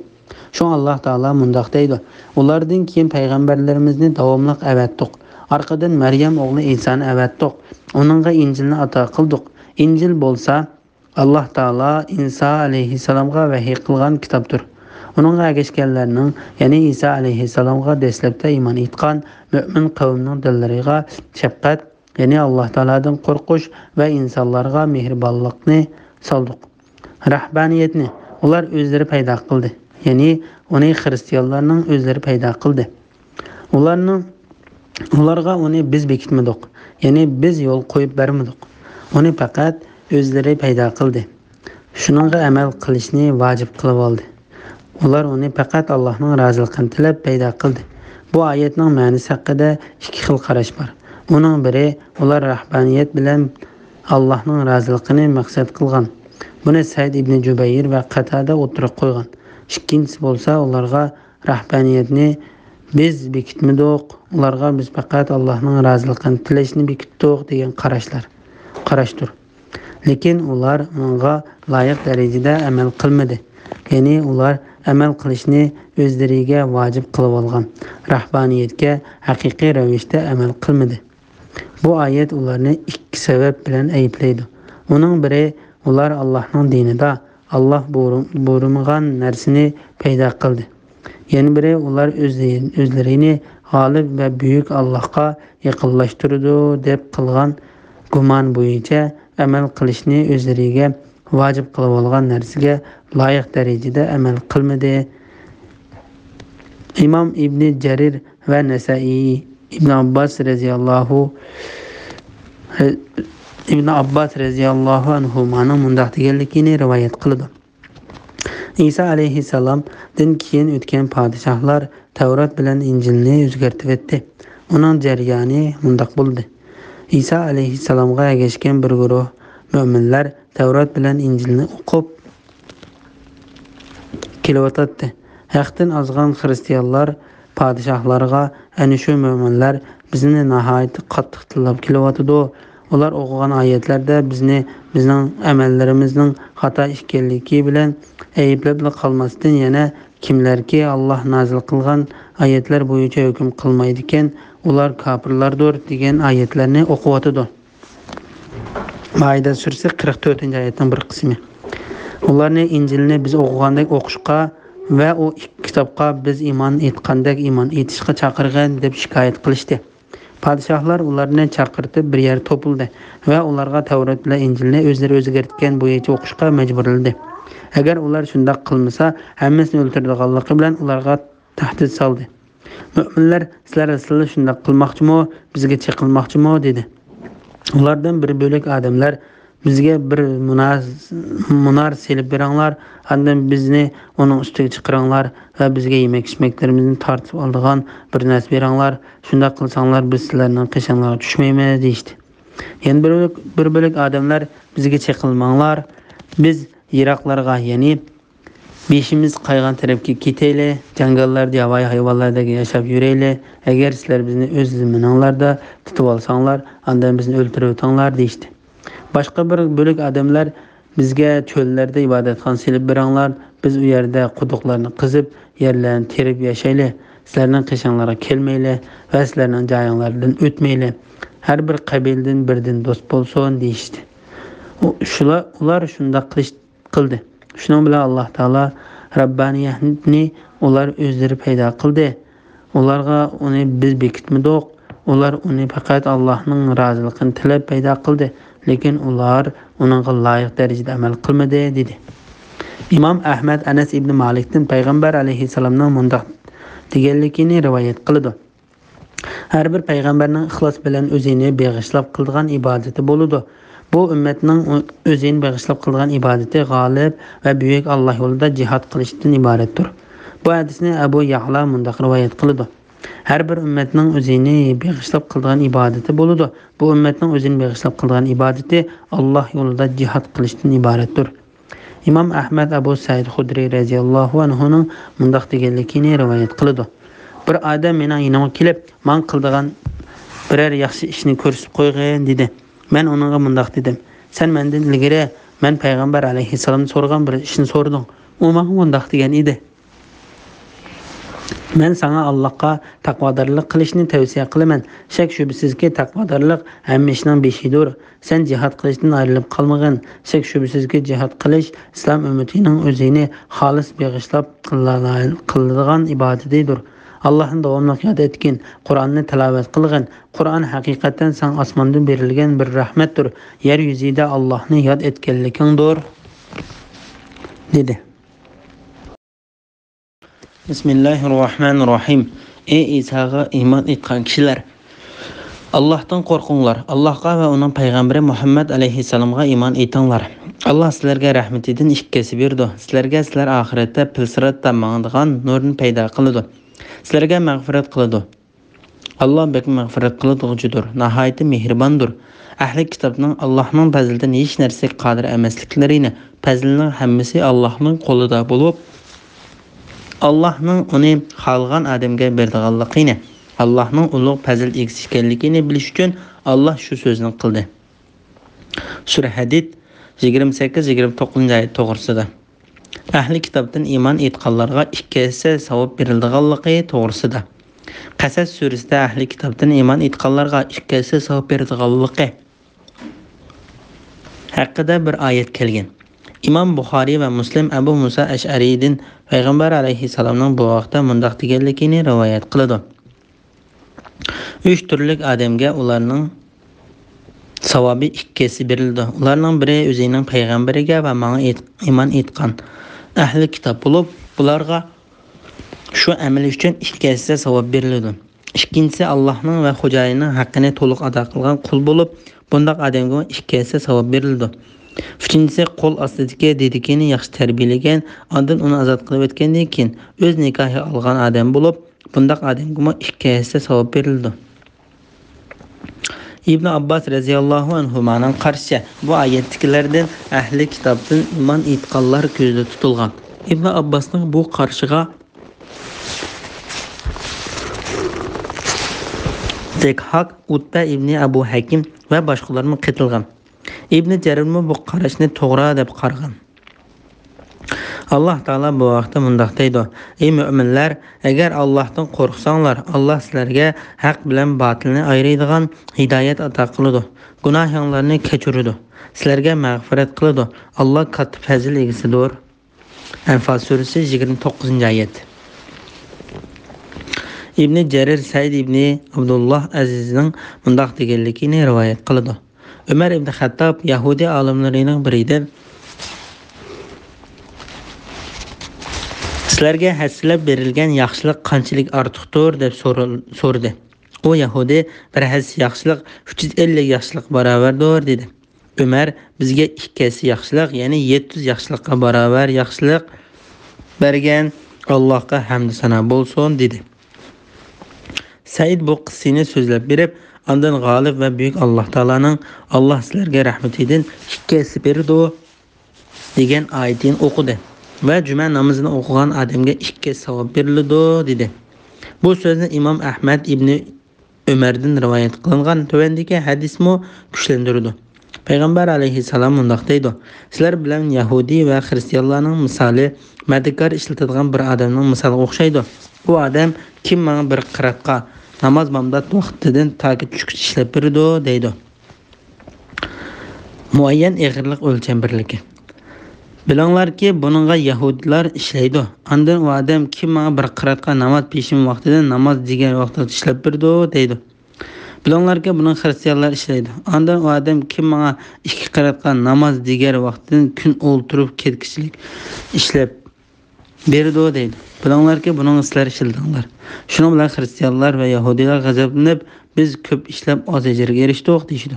O adam, "Men sizlarning ajringlardan bir narsani oz berib, sizlarga zulm qildimmi?" deydi. Ular yo'q deydi. O adam, "Ortiq berish faqat mening marhamatimdandir. Men uni xohlagan odamga ortiq beraman" deydi. Bu hadisni Imom Buxoriy rivoyat qilgan.